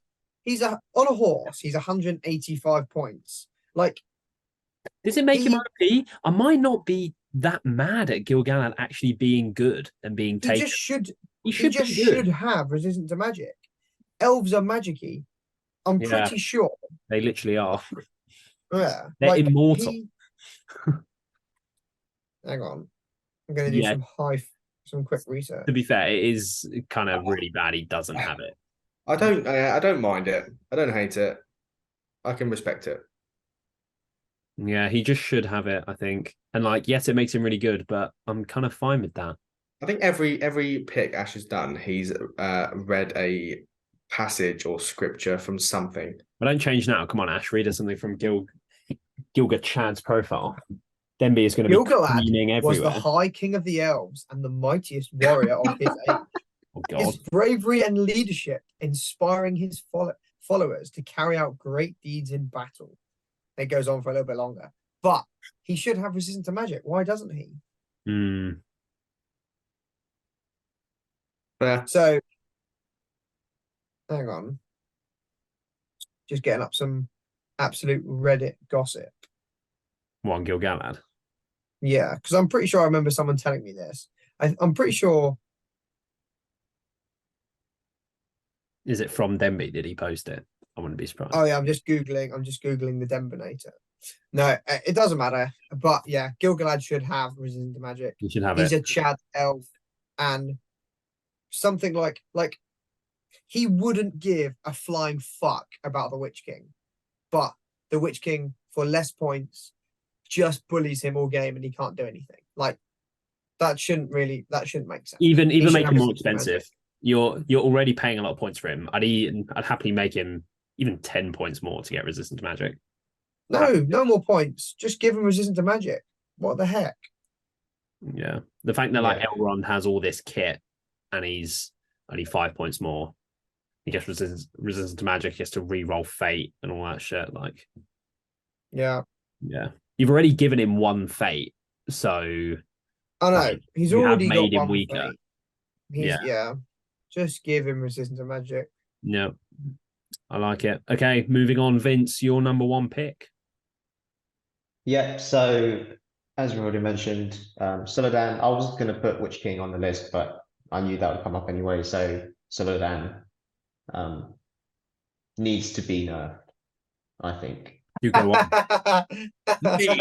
Needed. He's ridiculous, isn't he? He's ridiculous. I could totally get mine. He's just, why is he 3 attacks, 3 wounds? He should probably be 3 attacks. Would you like me to read his lore? Yeah, go on. Read his lore. Oh no. This is a new podcast. Here we go. This is bedtime stories. Okay. The general of the Serpent Horde, and arguably the greatest leader in the history of Harad, Suladan was already a fearsome warlord before coming into his own.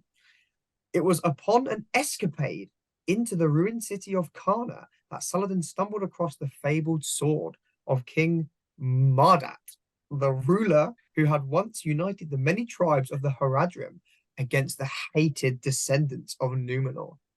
And that's why he should be a 6-inch banner. You heard it here. It is totally legit that he's a 6-inch banner. Yeah, so It all makes sense, judging by that he's, package. he's just too cheap for a 6-inch banner. It's got March, it's got Strike, 12-inch stand fast. This guy for 115 points, he's way too good. He is arguably the most points effective mod in the game by a far margin. The 12-inch stand fast in an evil list with the ability to ally in with Mordor is unbelievably fantastic. Yep. Well, And Ash, like you'd expect like a support hero at this to maybe not be great at fighting, but he is. He's as so well. good in combat.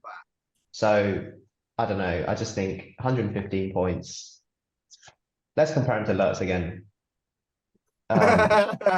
classic. Now, bring out. I just love the fact that you brought this up in podcasts before. You're just like, let's compare him to Lurtz. Yeah, he's just basically the measuring stick, isn't he? Like, it's just nowhere near his level for similar points. Is it? Is it now? He's a hero of legend as well, which means well, I don't know if you're going to bring 18 troops, but yeah, he just does everything. I think so. There's like, do you decrease his banner to 3 inches? I would like, I mentioned this before, I think only warrior banners should count for VPs. And yeah, his banner being 6 inches, I think is too much. Like you're comparing that to like, your LSRs and your Boromirs giving out 6-inch banners, and I just don't think Suladan should. But see, I don't mind the banner being, a banner. Like, it's totally a banner. However, do you make it so you don't change your profile at all, apart from you make it so that the Serpent Horde banner can only banner Serpent Horde? Yeah, that's a way to fix it. But I think you need to do more than that. Because that means if you want to ally into Mordor, you then have to take your spear supports as Serpent Horde. You can't just drop in Saladin as a 1-drop and expect to get this lovely benefit from a banner. I like that because it's also themey. The crazy thing Serpent is Horde banner. Ooh, the crazy thing is, I like that. Meanwhile, even the without the banner is out here bannering anything in the game. Even without the banner, he's not even that many points. That's the crazy thing. It's either you could say, yeah, let's get rid of March, and if you get rid of March, that means that you in a Serpent Horde list you still have March through your king and the chieftain, and then if you ally him into Mordor, you then have to find another source of March. Otherwise, you sacrifice March, and yeah, you can do that through the mouth, but which is a good combo, by the way, as we found out. Yeah, that only works at certain points levels. 650 maybe. So it's a great points level. Please, guys, comment below if you agree that Suladan is busted. You could take away March. You could take away March. How would you change Suladan to make him less overpowered? Viewers, please. I think you banner Serpent Horde only, or you take away March and you make the stand fast normal. Or you take away March and increase his points? Now, increasing points is just like meh. I actually really like Sam's idea. The Serpent banner This is a Yeah, banner with that a is a range of hard 6 hit. inches Nerf. that only affects warriors of the Serpent Horde. Boom. Love it. I think the reason why that is a good change is that because right now Siladan is just so plug and play. He's a one drop.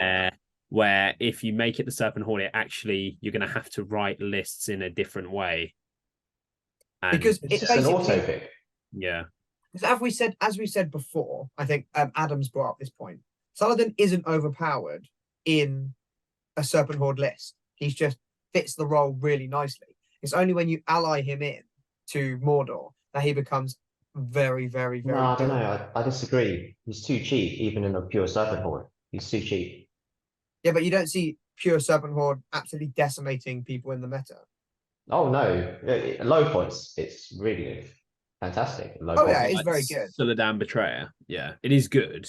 Yeah, but it's like, is it in need of a big nerf? But yeah, I guess it's when you put it into Mordor that it's just so plug and play. Yeah, banner Serpent Horde models only. I love that for me. That's Yeah, a very. that's- I actually I big like that respect for change. you, Sam. That's a great rule change. Because it's just like that literally, non-ironically, fixes every problem. It's a bit Yeah. like how they changed the shade, right? To only affect Angmar models. Yeah. Because that And it means could totally be like Yeah. I like that idea. It would be nice. you have to take a warband of spear sports or whatever, and then you have D4, and that means you then can't take as much Mordor stuff, which Mordor stuff's better than Serpent Horde stuff. The Harad stuff is basically a tax. Yeah. And the less of that tax, the better. Oh, that's reminded me of something else I thought of. So, what do we think of like this whole being able to only spear support like the same warrior type? Like, as in, sorry, you're only able to be spear supported by the same like warrior profile, if you know what So I'm saying. a Guard of the Fountain Court can only be spear supported by a Guard of the Fountain Court. Okay, maybe not that restricted, but like maybe like faction based or faction? something. Mm. Yeah. Does it kind of kill alliances? Yeah, I don't like that. You don't like it? What's the point of allies then? Might kill allies. Well, you don't have No, to like bring allies, last just alliance. bring spear support. Yeah, but you take like, I want to take a themey Battle 5 armies list. Yeah, there'd be no way that like the troops could synergize. I guess that's how I'm troops not- could synergize. For kind of thinking about it practically, I actually don't mind that idea by Vince. Because like if the Serpent Horde and Mordor, like for example at the Pelennor Fields, they're allies, but they didn't merge ranks. The Serpent Yeah. Horde was on one Yeah, side exactly. and Mordor was on another side. So themally, I Yeah, don't I'm mind that. talking pure theme. It makes sense that you only support like the guys that you actually fight with, not just some like But then random if you black new think of Nordics. then if you think of like the Black Gate, when you've got the Minas Tirith and the Rohan dudes, they're totally there spear supporting each other. And they're from different. Were they though? I didn't see any spears. I thought they just all had swords. But I bet they were. Game- Because there weren't many of them. Gameplay wise, it So- does make sense. Yeah, gameplay wise, a hard disagree, unfortunately, Vince. But for an idea, quite fun. Yeah. Themally, quite Like, fun. I think you just have to find a way to stop.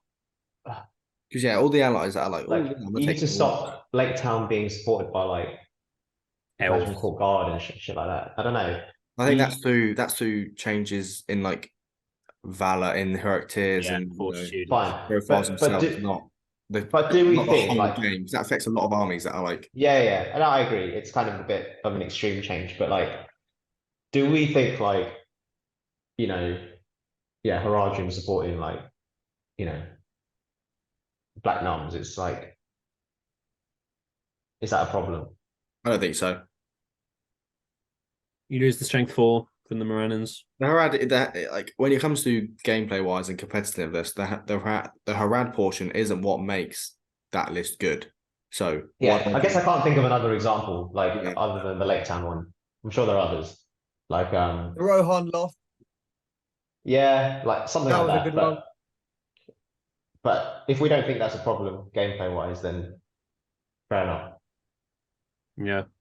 But I'd say it's fairly unanimous that Siladan probably needs some sort of change. Will he get one in the upcoming FAQ next month? Of course he won't. Are you mad? Let's absolutely hope not. That model's been around for fucking time. Yeah, The model's no going to way. get changed.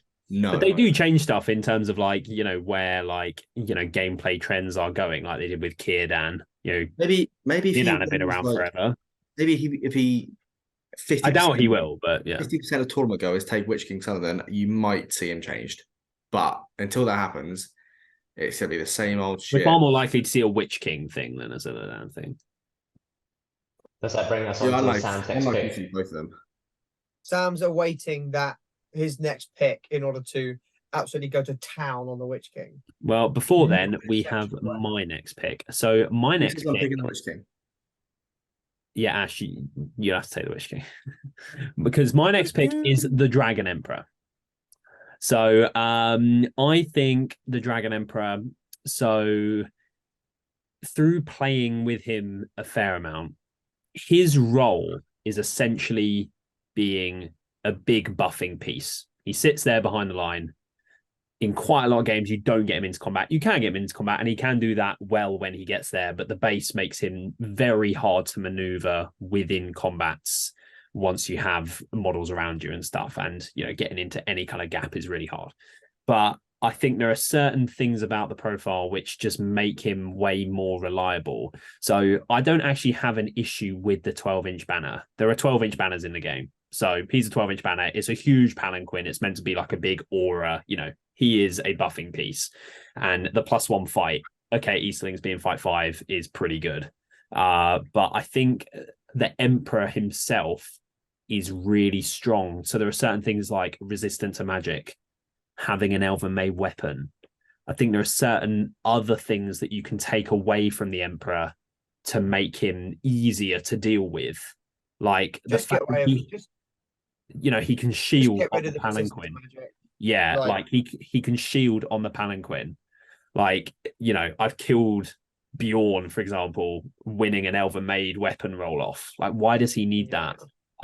Resistance to magic with 3 will is really good with might behind it. I think resistance to magic is the main one because he can have an Elven Blade because in the lore he finds the Elven Blade, right? And that's the sword. That's the sword he runs around with.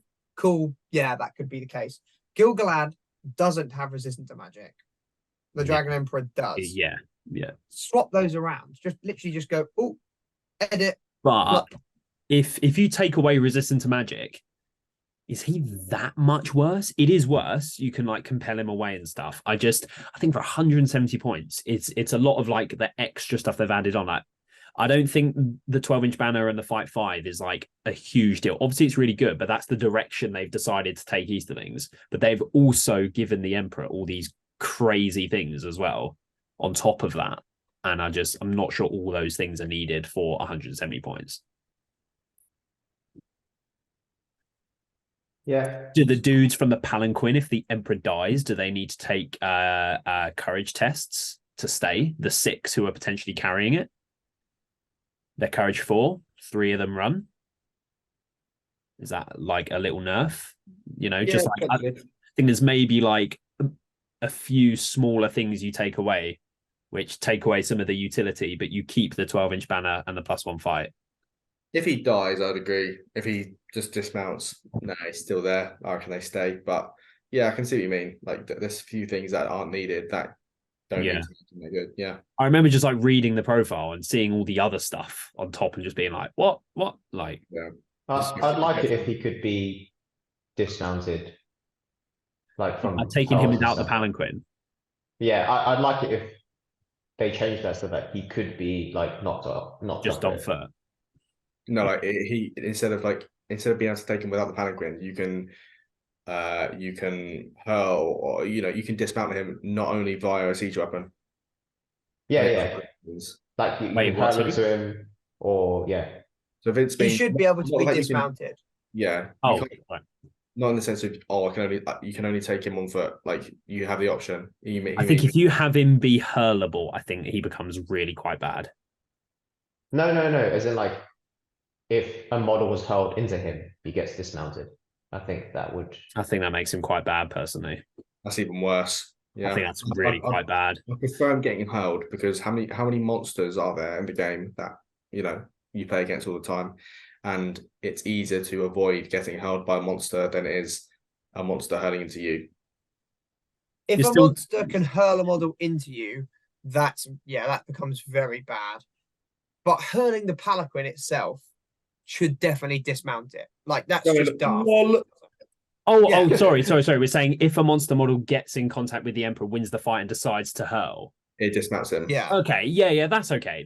Yeah. But having it be where you can hurl a model into the Emperor and it comes off, that is trash. Yeah, no. Yeah, okay. It's like, it's like hurling No, to like a cave drake winning a fight against an Emperor and the Emperor doesn't have might. Yeah, the cave drake should totally be able to just like knock it off. cave it just picks up and goes. Yeah. With a huge base. Also, if it loses a fight to monstrous charge, it should be knocked down. Like if fucking Maybe. Bjorn smashes into the Emperor. But then, Yeah, do you fluff one roll against a monstrous charge model and then Don't fluff it with your 3 attacks, 2 rerolls, and 3 might. Just don't get monstrous charged into. Use your. Yeah, that's fair.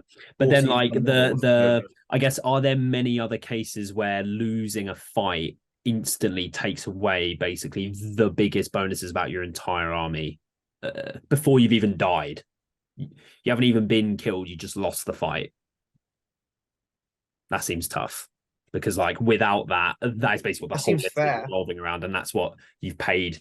Even though 170 points isn't a lot when you get the Emperor with all the buffs, but you're essentially paying it for the +1 fight and the 12-inch banner. Okay, or make it so the banner is actually the Emperor himself. Oh, so it doesn't count for VPs. So the banner is the Emperor himself.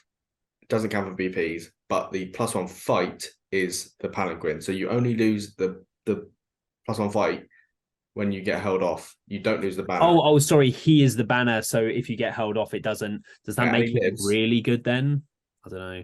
If he lives, it's then like he doesn't cover banner VPs anymore. And if he lives from the hurl or the monstrous charge, you then still have a banner until he dies. So to be fair, that is quite interesting. Yeah. So you don't get banner VPs, but now you're always a 12-inch banner, regardless of what happens. That's interesting. Yeah, I think the fact it does count for VPs is pretty good. That is really good. There's a few things you could change. Yeah, a number of things. Comment below what you would change about the Dragon Emperor. We are hoping to see a shit ton of interaction on this video. If we don't have at least 5 comments, if we get 5 comments, we'll do another video. How about that? Subscribe. Lol. Okay. Dragon Emperor. Yeah, so that would be my pick. Just some things that I think need changing. I think lots of people would agree. He's very, very good. Anyway, moving on, Sam, your number 1 pick. I've got 4 choices left on my notes that I've got. However, we'll do some honorable mentions, but which one is the one you want to choose? Well, 3 of them definitely do not warrant my number 1 pick. So I'm basically stuck and left with the Witch King. So I'm going to go for the Witch King. Okay.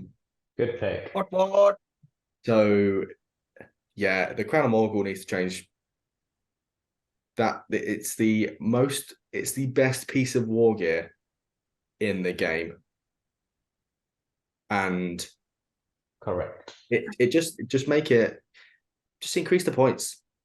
Like, although it's a very simple change, and it's like, oh, I don't like increasing points, but you make that thing 40 points instead of 25, so you make it 15 extra, and 98% of scenarios when you pick up a Witch King, you're still taking the Crown of Morgul.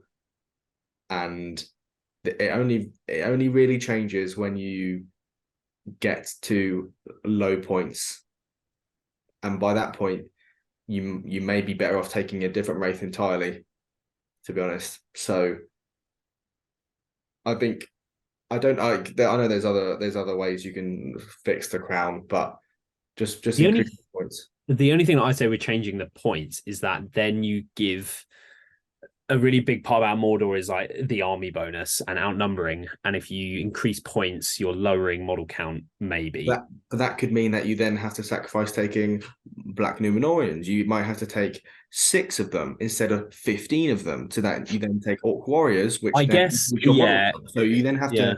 It's not just, I've got the Crown of Morgul, which is an amazing piece of war gear for 25 points, and then I could also take a 15 long fight 4, D6, courage 5 frontline because I also have 50 models.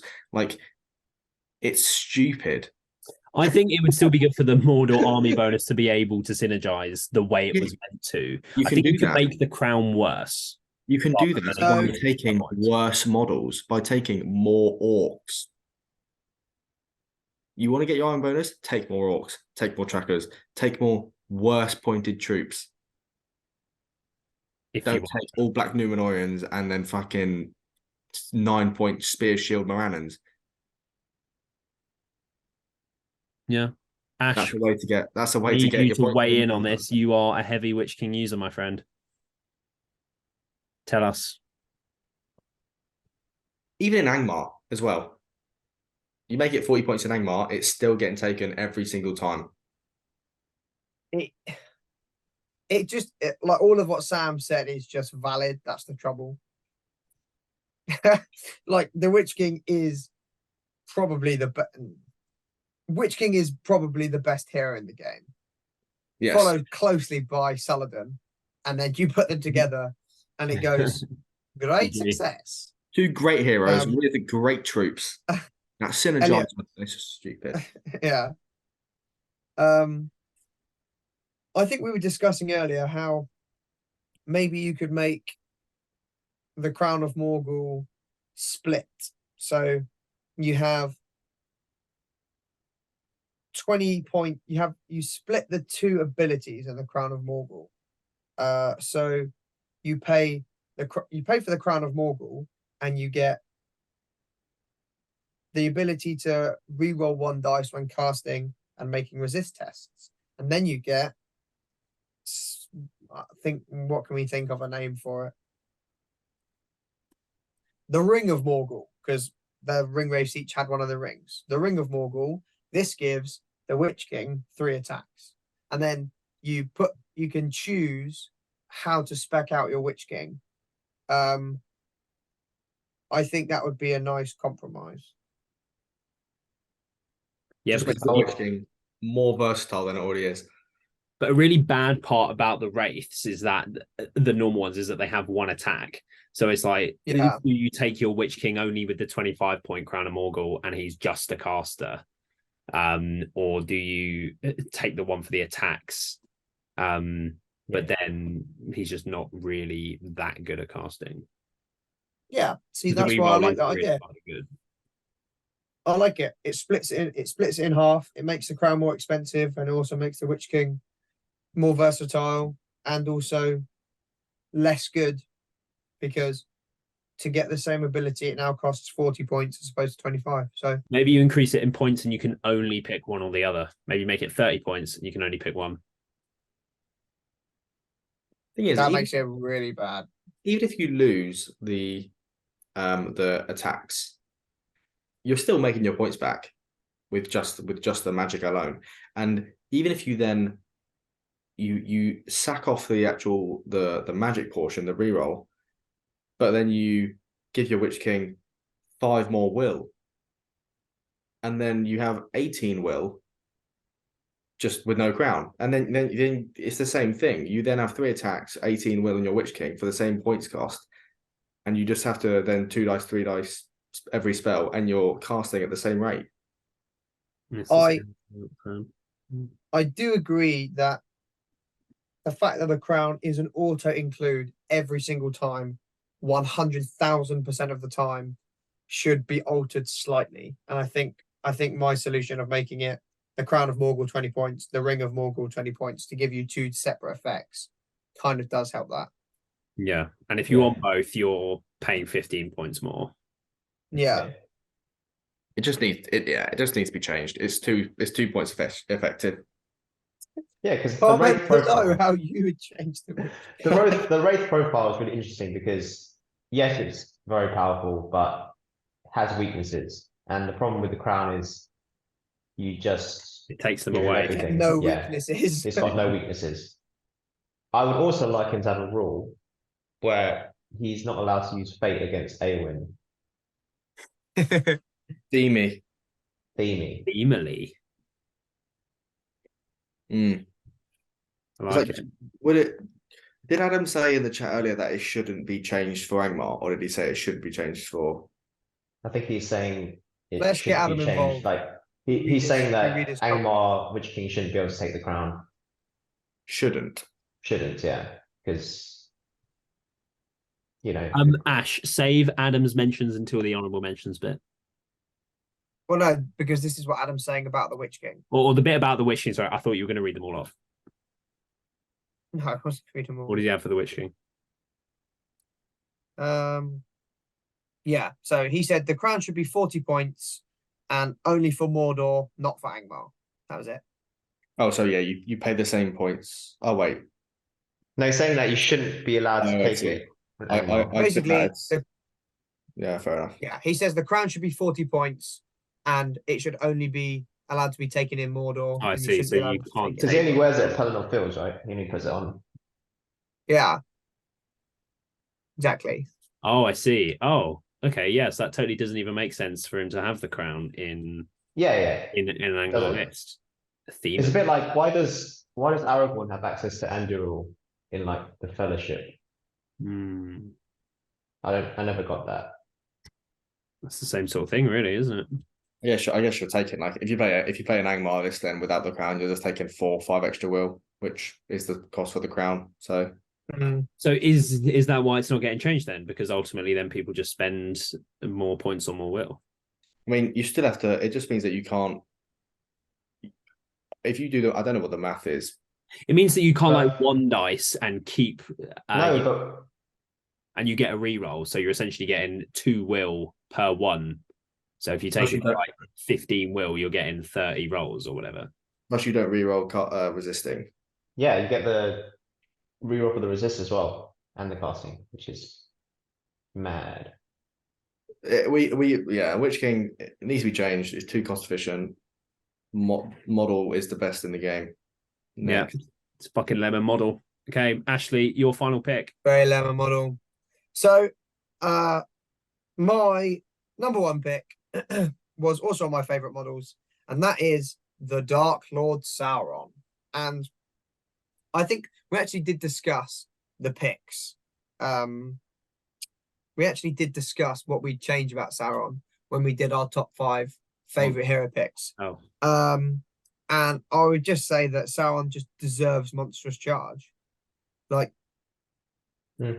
he just deserves Monstrous Charge for 400 points.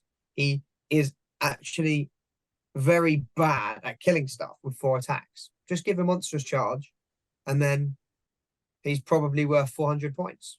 I was looking at the Sauron profile earlier, thinking about that. I don't think he's bad at killing stuff. I think that's a little bit like. I mean, for 400 points, though, I guess is what he's saying. Yeah, for 4 attacks, you pay 100 points per attack. Like you really don't know, do you? That's not quite how it works. But yeah, that's not how. That's basically math. No, I just feel like at strength 8, yeah, you're wounding most stuff on. You're wounding even D7. You're wounding on 4s. Yeah, but how often are you coming up against D7 though? You rend. True. Oh yeah, you rend. But he just doesn't. I just don't think.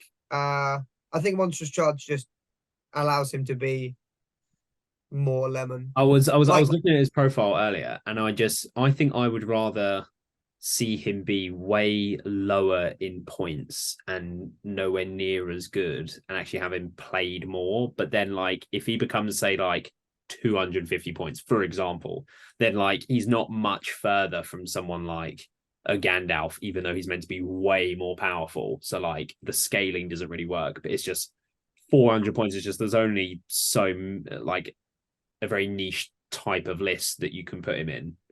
And just, I don't know, it'd be cool to see him actually played a bit more. Just 400 points is so many. He just should have Monstrous Charge. He needs Monstrous Charge. G-dubs. He should have a model like Alfred that can give him 3 might points for no reason.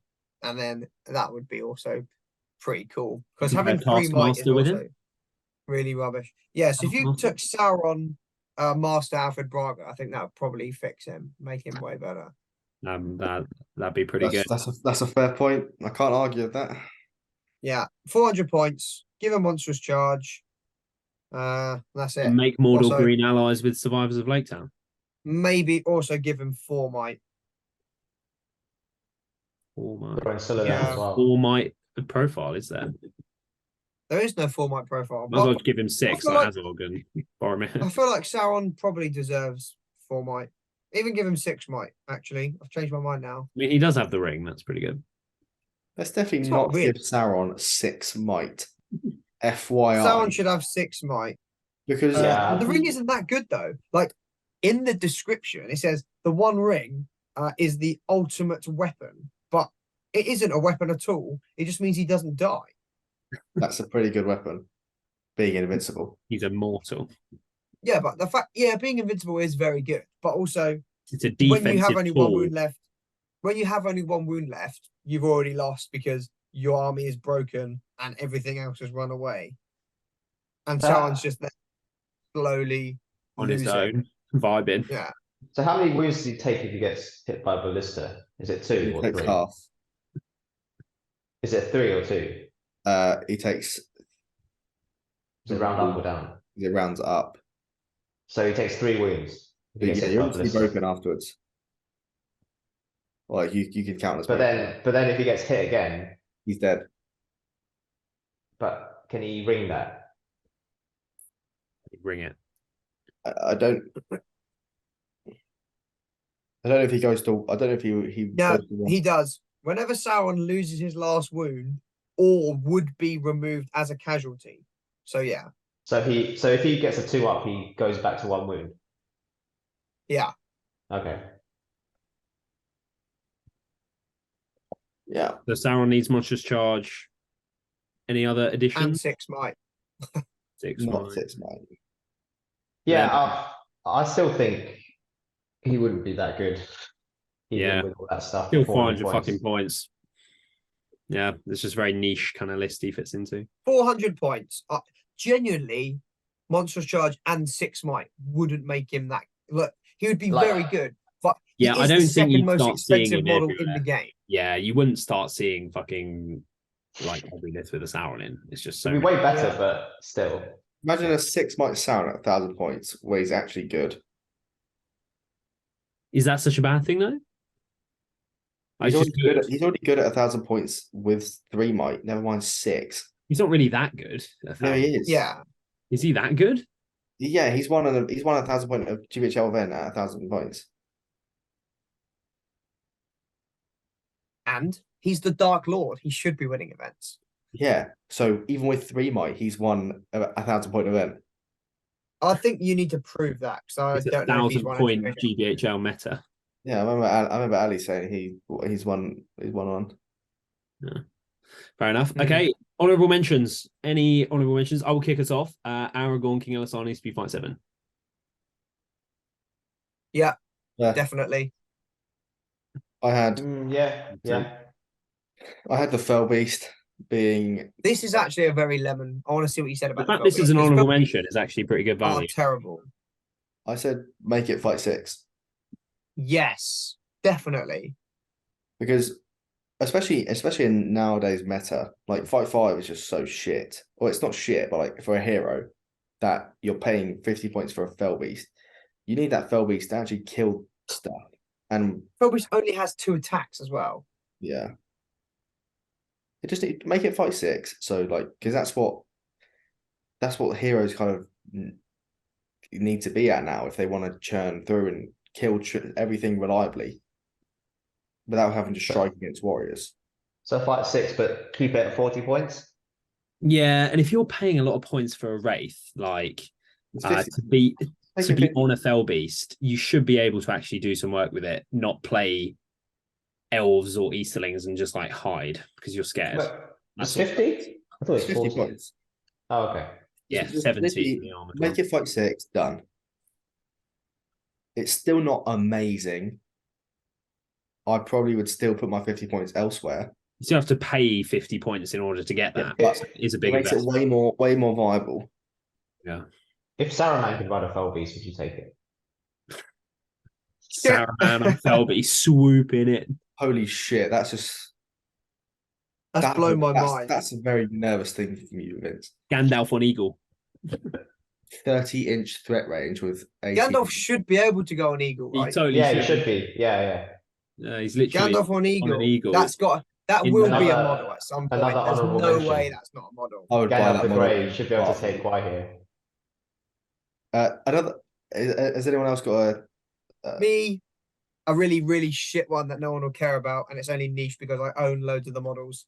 Moria Black Shield Goblins. Good model. So, where are they? Let me get them up. Courage 3 shitters, aren't they? So, Moria Black Shield Goblins are 8 points, and they are absolutely dog shit. 8-point goblins. 8-point goblins. They're fight 2, strength 3. The only thing they've got is D6 and they're courage 3. So is that the only thing that's better? So they're D6 and courage. They get For hatred four- dwarf as well. So compared to a regular goblin, you pay 4 points for 2 extra defense and an extra courage and hatred of dwarf. You should Either these guys, hatred dwarf, where it's Keeping when with you play this my- one particular faction, they're good. Well, what if you don't? Then you're paying points for this rule that is just absolute dog. keeping with my strength 4 theme, these brothers should just be strength 4. Reading the description, the toughest members of the goblin armies are recruited to join the ranks of the Black Shields. Why are they not fight strength 4? Or They're fight tough. 3. It says it in the scriptures. They're No, tough. fight 3. They're They're tough. talking out their So, arse. Who's writing these descriptions?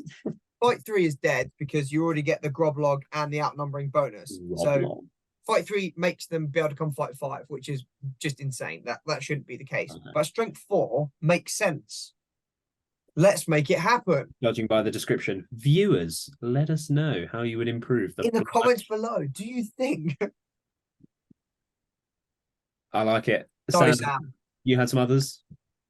Yeah, I had one that's not majorly, not massive, is I'd like to see the Easterling Cataphract, especially the War Drum option. This needs to be 20 points, not 15. I don't hate that. 20 points. is And you take away the shield. Yeah, you can't Because they still get the shield when they're drumming. Yeah, it's But it can be it's on the horse. I don't it's a hate that. D6.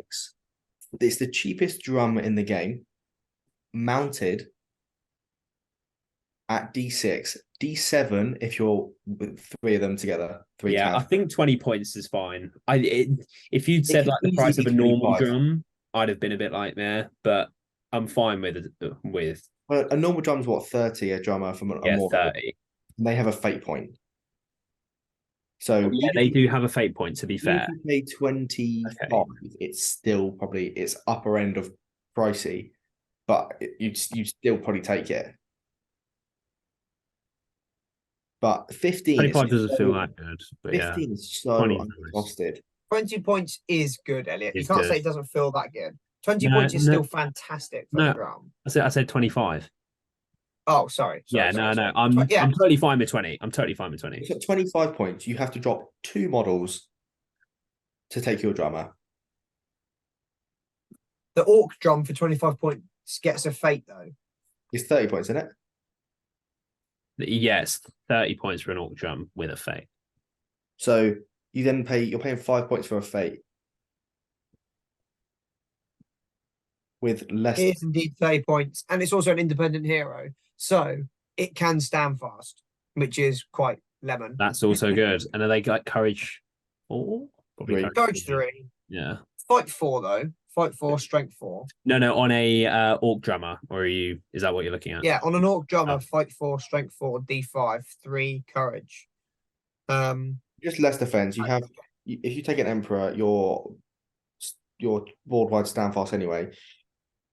Yeah. But It the just- fact that with the Mordor one, you get a hero that can stand fast Mordor stuff and has a fate point. Yeah. I think 20 points is good. 15 is really cheap. It's ridiculous. I don't know Yeah, why. it I don't is know good. why they gave Eastlings 15-point drummer. Cav. And it's a 12 it's 12 inch as well. Yeah, it's just ridiculous. Crazy. You don't even have to try and fit inside like a radius. You just put the drummer in the middle. Oh, everyone's in. Don't even have to try. I looked at it and thought, why is this 15 points? Why do you not have to lose the shield? Why? You can go around like terrain. Be... You don't even have to worry. Like, it's so easy. 20 points, no shield. And then the last profile I had is with a rogue one, because I don't think I've ever seen this on the table, and I would actually like to use this model, but it's the dragon. No, the Golden King of Abrakan. Oh, I've totally played against that. What a good I've played against that like twice, actually. What a good shout. This is a terrible model. This guy, just make him fight 5. Why is he fight 4? He is 15 points more than Saladin. Yeah. And he's fight 4. Admittedly, he is 4 attacks and burly. But he's fight fucking 4. All right. That's not on for that model. Isn't he like D5 or D6? Is D5? He's D5, I think. Yeah, D5. And he's a banner. Isn't he like 6 wounds though? Am I tripping? 4 wounds. 4 wounds. He's a banner for himself, I think. Or he's a 3-inch banner. I have the profile. I can read it. He's a 3-inch banner, yeah. He has. Yeah, it's a really interesting profile. So the Golden Throne is a banner, not a 6-inch banner, and he does not suffer the -1 penalty for carrying it. His only heroic action is heroic resolve. He is burly, and he's got an active special rule. Excuse me. The Golden King may spend any number of will points whenever an enemy hero model takes a courage test within 12 inches. The target model's courage value is reduced by 1 for each point of will the Golden King spends in this way. The Golden King may even wait for the courage test to be rolled before choosing whether to spend any will points. After the Golden King has reduced the target's courage value, the target may still use might or will to alter their courage. I've totally I've totally last game at Imps I played against this dude and he totally made my Bolg run away. Yeah, because you can effectively reduce someone's courage by 6. Yeah, that's such a cool rule. But it was pretty cool, and he just went, "Yeah, your Bolg's off." I was like, "Oh, he's just fight 4. Make him fight 5. He can just die so easily." Does he combo well? Why doesn't he have? Why does he have strike? He's a merchant. I don't know. It's really bad for 130 points. It's also pretty so you basically have 2 infantry bases that carry him. So it makes it really quite easy to trap. Because it's just genuinely this model is so cool. Yeah, it is pretty legit. It just needs to be better. Compared to the only thing that has 2 infantry bases like that although it's quite difficult to play with, it is very unique in that way. For 40 extra points, with the race. The Dragon Emperor is unbelievably costed. Yeah. Does it combo with what, sorry, Vince? With a Wraith. Just sap will. Because 6 wills enough anyway. Yeah, he's only really going to be doing that once, I guess, on their leader or something. Yeah. And you sap will on your target, the one trying to make run away.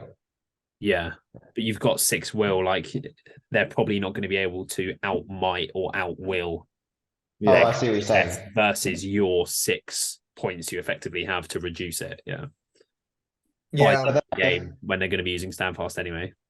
Well, I guess that means you can do it more than once then, if you've got sap will. Yeah. You can do it on multiple heroes. Atreya has trash casting though, doesn't it? It's sap will on 6. So it also reduces it for the rest of the game, right? Because it just says the target model's courage is reduced by 1. So it just is reduced. Okay, yeah. So the situation in my game is that Bolg only had to take his first courage test when he was doing Standfast. But I guess, if there were other situations, it's only when they take a courage test. So a situation could be Trolls? No. What courage is Bolg? 5. So Bolg's courage 5. So say Bolg rolls a 5, then he passes his courage test. The Golden King then reduces his courage by like 3. Bolg spends 3 will to pass. Then his courage is still -3 next turn when he has to take a courage test, right? Because his courage now has become 3 less. Is that what it says? I don't know if that's how it works. So I'm not sure that you is. how don't it think works. that's how it works. I don't think It so. just from says- memory. The target model's courage value is reduced by 1. Is that when it says it makes a courage test? No. The Golden King may spend any number of will points whenever an enemy hero model takes a courage test within 12 inches. So the stimulus is that the enemy hero takes a courage test. The target model's courage value is reduced by 1 for each point of will the Golden King spends in this way. It was FAQ'd. I've just checked. Woo! It is only for the turn. Yeah. Okay. Yeah. So they make it even worse. Yeah, It's already if they'd terrible. kept that, then Yeah, to be fair, I There's think it arguments would to actually be take. pretty cool if you could pair him with a Wraith. Yes, the Betrayer has bad casting, but you could, essentially try and like really shut down heroes with the Golden King and a Wraith. That'd be pretty cool, but it's only for a turn. So, but maybe it was really good and that's why they FAQ'd it. I don't know. It wasn't really good. No one's ever used this. Not really good, but like maybe it was okay, and that's why they I'm FAQ'd glad it. I brought this model up because this model is fucking cool, but he's so shit. This is such a cool model, Sam. I mean, they nerfed yeah, it for some reason, so Another, They literally nerfed it. I totally forgot. There was another model I totally had, but then I forgot to write down. Is Mardin. So the problem, Mardin, basically, he's got his faux spear, which is called Torazul. Sam, Yeah. is he lagging out for everyone else? no, you're lagging out, mate. He's totally here. I'm lagging out. No, he's here. Sam, carry on. You can hear me, right? Yeah. Okay. So yeah, He turned into Robot Wars. Mardin has his faux spear called Torazul, and basically he gets the classic faux spear, Trollbane. He gets +1 to wound against monsters, but the problem is that when you're spear sporting, he wants to be spear sporting all the time, but then he doesn't get his 2 attacks with his faux spear. So I think Mardin should have a special rule that when he's spear sporting, he still gets his 2 attacks from when he's spear sporting. Yeah, because if his whole thing is about the spear, and then that's just He kind doesn't of have to be in combat to get his 2 attacks because it pretty just makes it pretty pointless. yeah. Martin Yeah. shit. Yeah, I think Hazardum in general could use some love in certain areas.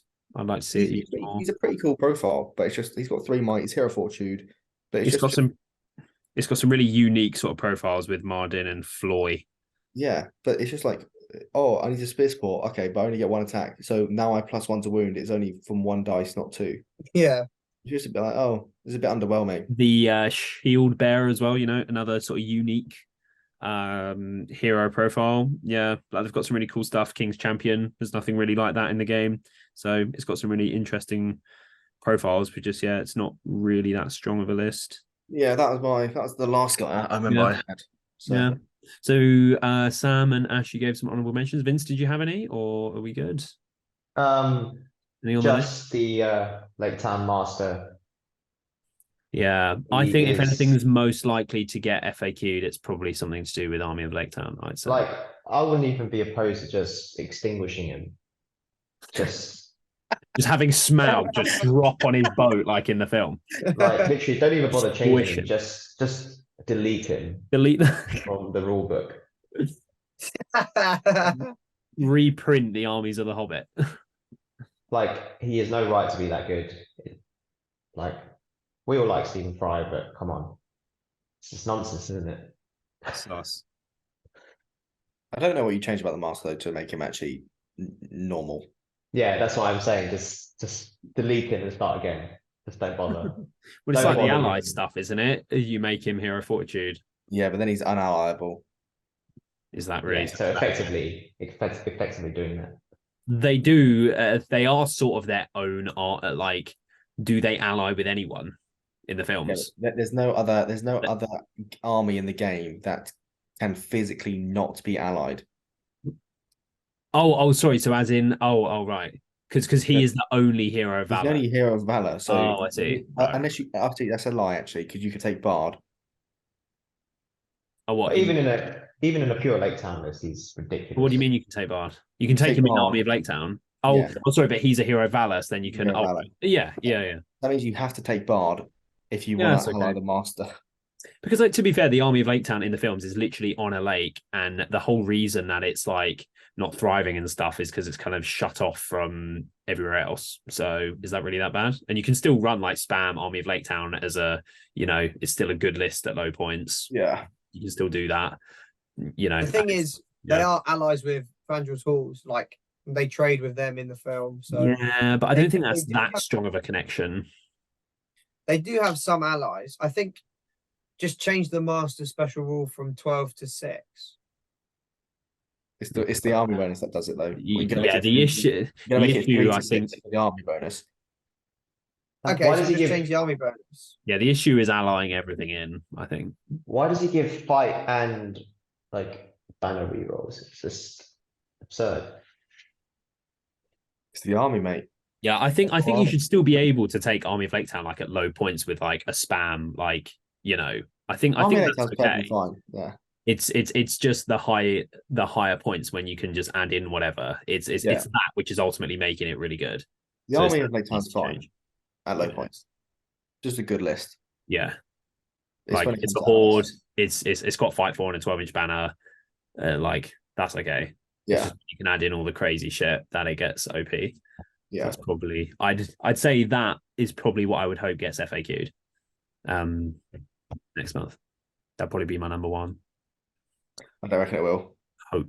We could do a video on the FAQs when it Totally comes could, out. yeah. We I can don't know do what them. else they would like FAQ. AOL. I don't know. I have one last honorable mention Let's close it out, Ash, with your final one. with the most cursed model in the entire game. It's a big Can label. anybody guess?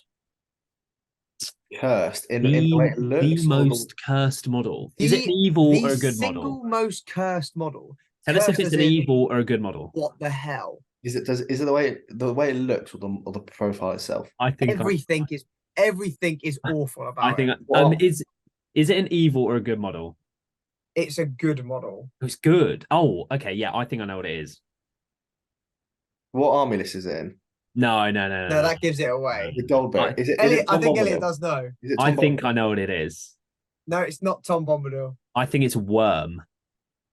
It's not Worm. It trash. is Fredegard I Bolger. literally was going to say Fredegard Bolger as well. Wait, is that one of the So Hobbit he profiles? is- Yeah, it's a 10 Yeah, point should we Hobbit get him up? profile. We'll get him up. Oh, yeah, he's Which one? Look at that for focus. Oh, is that the really short, fat It's not one? gonna. It's literally just got a fate. Yeah. It's a Hobbit with a fate. So the aptly named Fatty Bolger received this nickname due to his girth. Basically, he's 10 points, right? He's exactly the same stat line as a Hobbit archer, except he is unarmed and has a fate point. He is, quite frankly, the worst model in the game. Worm is pretty cursed, though. Come on, I so thought you Least would say point Worm. efficient. He's just terrible in every way. And that is how we will end. There's no change to him. He needs Actually, to be there made is a better. change to him. His nickname is Fatty. Give him Blubbery Mass. Hobbit with Blubbery Mass. Blubbery Mass OP. picks up. OP. Give him a 3-up save on all wounds, and then he would be pretty fun. Let us know in the comments whether that is an acceptable change. For He'd the still be Hobbit. crap with 1 wound. Yeah. He has a fate. That 4-up. Even a 3-up Blubbering Mass wouldn't help him. He would die. They got Right. Fredegard. That is going to close it out. So that was our top 5 top 5 profile changes that we would like to see in the game. And into about top 100. Yeah, we should. We'd be here all night. But thank you very much, everyone, for watching another episode of the Gollum's Gamers podcast.